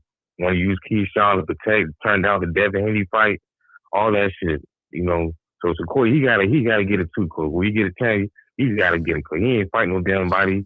He milking that Teal win. I feel like Teal was overrated. You feel me? So he keep on milking off that Teal win like he's the greatest of all time. All of a sudden he beat Teal. He ain't gotta fight no damn body. Nah, that nigga soft though, coach. That's my call though. Salute, fam. Yeah. Hey, shout out to Jazz Life, dropping that $2 super chat. He said, Coach, you the Duck Slayer. You know what? I didn't even look at it like that till the brother said it. He came on here, I guess he was trying to, yeah, man, and then he ducked off. I let the brother speak. Because I didn't want nobody to say, oh man, Coach Dorsett was trying to speak and Coach was over talking him. I didn't over talk him that one time. I let him speak. Now, he said some disrespectful things, but I took the insults he was saying, and I went ahead and let him speak. Because, I get it. I made the video, and the video got him in his feelings. I kind of made him, I didn't make him look like a fool. He kind of did that on his own.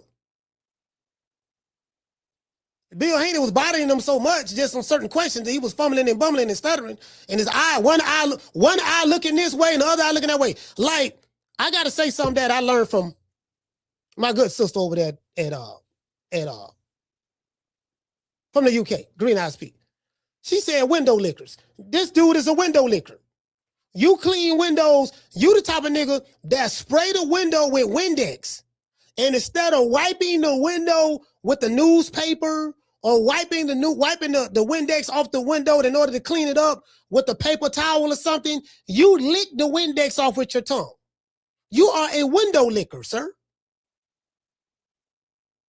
Big, dumb window licker. Literally. You want to be famous, we finna make you famous. I'm talking about your ass every day. I promise you. You think you mad now? Wait till after this show. To this day. Let's give everybody a round of applause.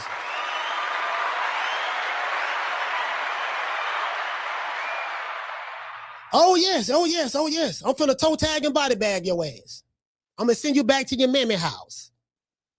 That dumb bitch that gave birth to your cross-eyed ass, your wide eyes, dumb Donald, mush mouth ass, that bitch who gave birth to you, she gonna regret she ever did it. True.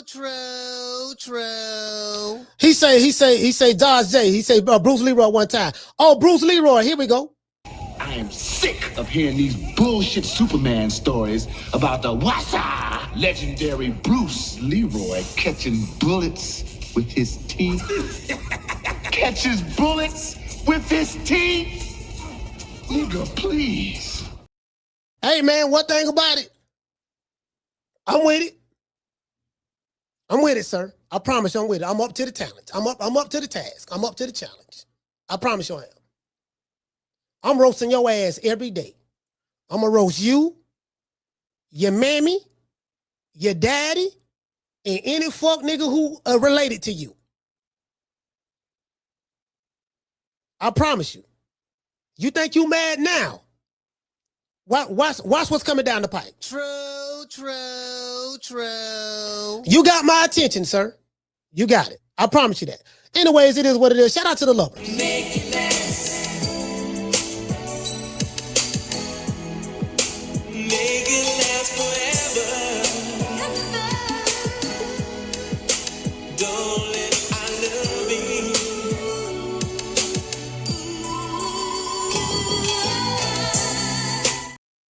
So now y'all know we got Dumb Donald and Mushmouth.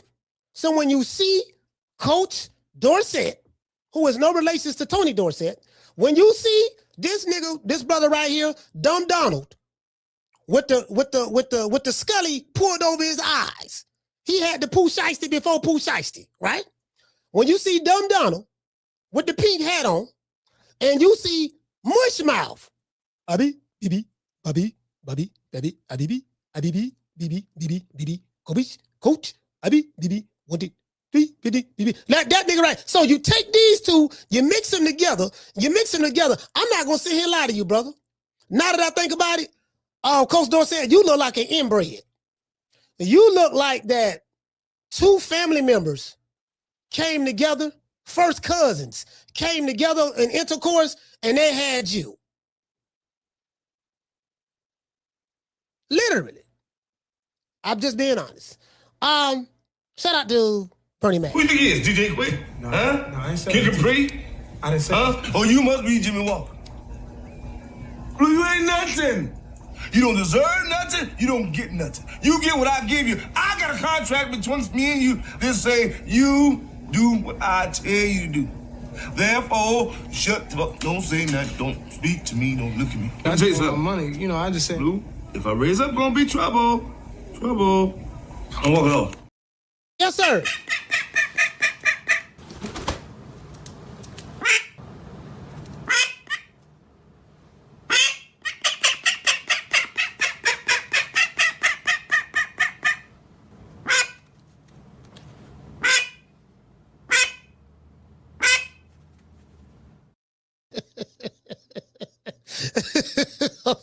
Hey, man, it is what it is, man. Hey, man, y'all leave your cities, man. Y'all let me know what city y'all from. Whether you on Instagram, man, listen, not Instagram, Twitter, man, X. Shout out to everybody on X. Much love to y'all. It is what it is. Shout out to everybody on X. Coach Malachi ain't ducking no smoke from none of you fuck niggas. None of you fuck niggas. I swear to God, I'm not. I ain't looking for no trouble, but I ain't running from it. I'm just telling you right now. You get what I'm saying? That's it. That's all I gotta say about that shit. I don't give a fuck about no Coach Dorsett or any nigga down with Coach Dorsett. Fuck his stinking pussy mammy and his and the cousin that had sex with his mammy that gave birth to him. I dropped the link for you, fuck nigga. You was on the show and you ran like a bitch. Now you don't get no more opportunities to come over here. You's a dick-sucking coward. Literally. I said what I said, I stand on that. I don't want your apology. Because I mean every motherfucking thing I'm saying, and I damn sure ain't going to apologize. Everything I say, I mean it. I'm man enough to stand on it. I don't want your apology, nigga. I want to see you stand on that shit you said you're going to do to me. True.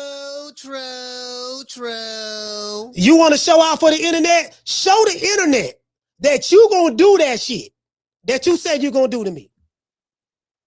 Show them. Prove something. Jump out that window. I'm in Tampa, Florida. I be at a barbershop called Foster's Barbershop. I'm there every Friday. Friday morning to about 1:30 in the afternoon.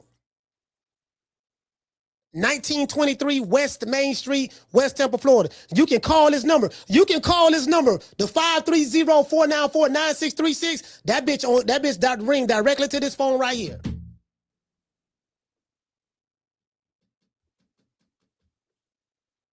Just being honest with you, man. Y'all drop your cities, man. Let me know where you're from, man. You dig? It is what it is. Much love to everybody.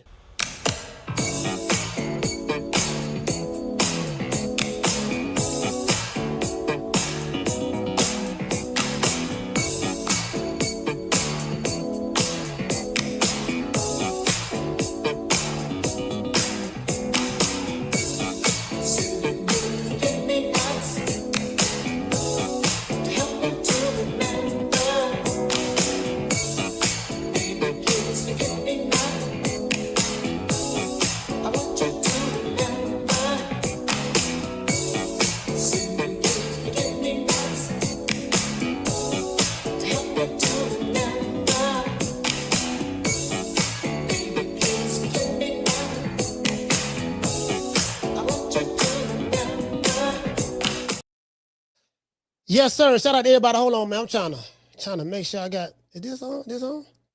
Hold on, my bad. My bad, y'all. My bad. I'm trying to make sure. I'm going to get everybody, man. We got over 500 likes. We good. We got over 500 likes. Shit, we should have had more, but I appreciate everybody, man, who showed up. Let's give a shout out. Shout out to, hold on, what you say, brother? Shout out to Lee Smith.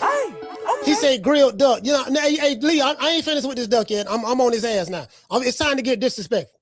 Time to get disrespectful now. Now, again, when they go low, shout out to Carmen Serene from Houston, Texas. She said, when they go low, I dig a ditch. I'm digging ditches now. We finna have funeral services. Call the coroner. This shit finna get ugly. Shout out to San Diego. Shout out to the ATL. ATL, ho. Shout out to everybody watching on Twitter. Shout out to everybody watching on Facebook. Shout out to everybody watching on Kick and Twitch. You know, we simulcast and we do this. Shout out to Tampa. Austin, Texas. Shout out to the DMV. Cleveland, Ohio, stand up. Shout out to East Cleveland, Ohio. Shout out to San Diego. New Smyrna Beach, Florida. Shout out to Houston, Texas. Shout out to Miami, Dade County 305. We got Austin, Texas. Let's see. We have shout out to Chicago. Fayetteville, North Cackalack. South Central LA. Yay.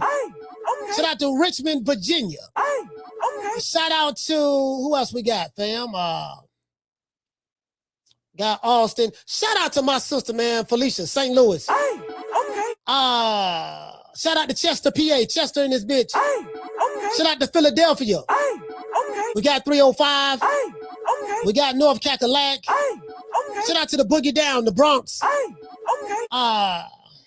Let's see. Shout out to Harlem. And we can't forget about the ATL. Shout out to Honolulu, Hawaii. Shout out to everybody who called the show. Shout out to Bill Haney for showing up. I didn't even know he was going to pop up. He clicked the link. I did not send him the link, but I realized, y'all know when I dropped the link in the chat and I pinned it to the top of the chat, Bill Haney must have clicked that link. But shout out to Bill Haney, man. He's a good brother. You know, try to diffuse the situation. A lot of people don't like Bill, and I get it. I do understand. But on the real, he's really, really a good guy. He's a nice guy. Does a lot of good for his family. Yeah, he talking circles and shit, but Bill Haney is a good dude. I'm telling you, he really is. If you get to know him personally, you'll like him. You will like him, I'm telling you. Now, you might talk shit and, you know, try to call him out on some things. You might do that. But on the real, he really is a nice guy, bro. He really is a nice guy.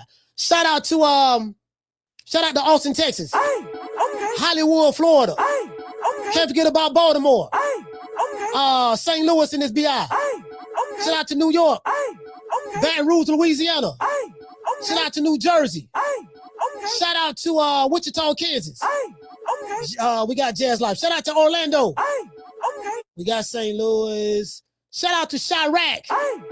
707 Vallejo, California.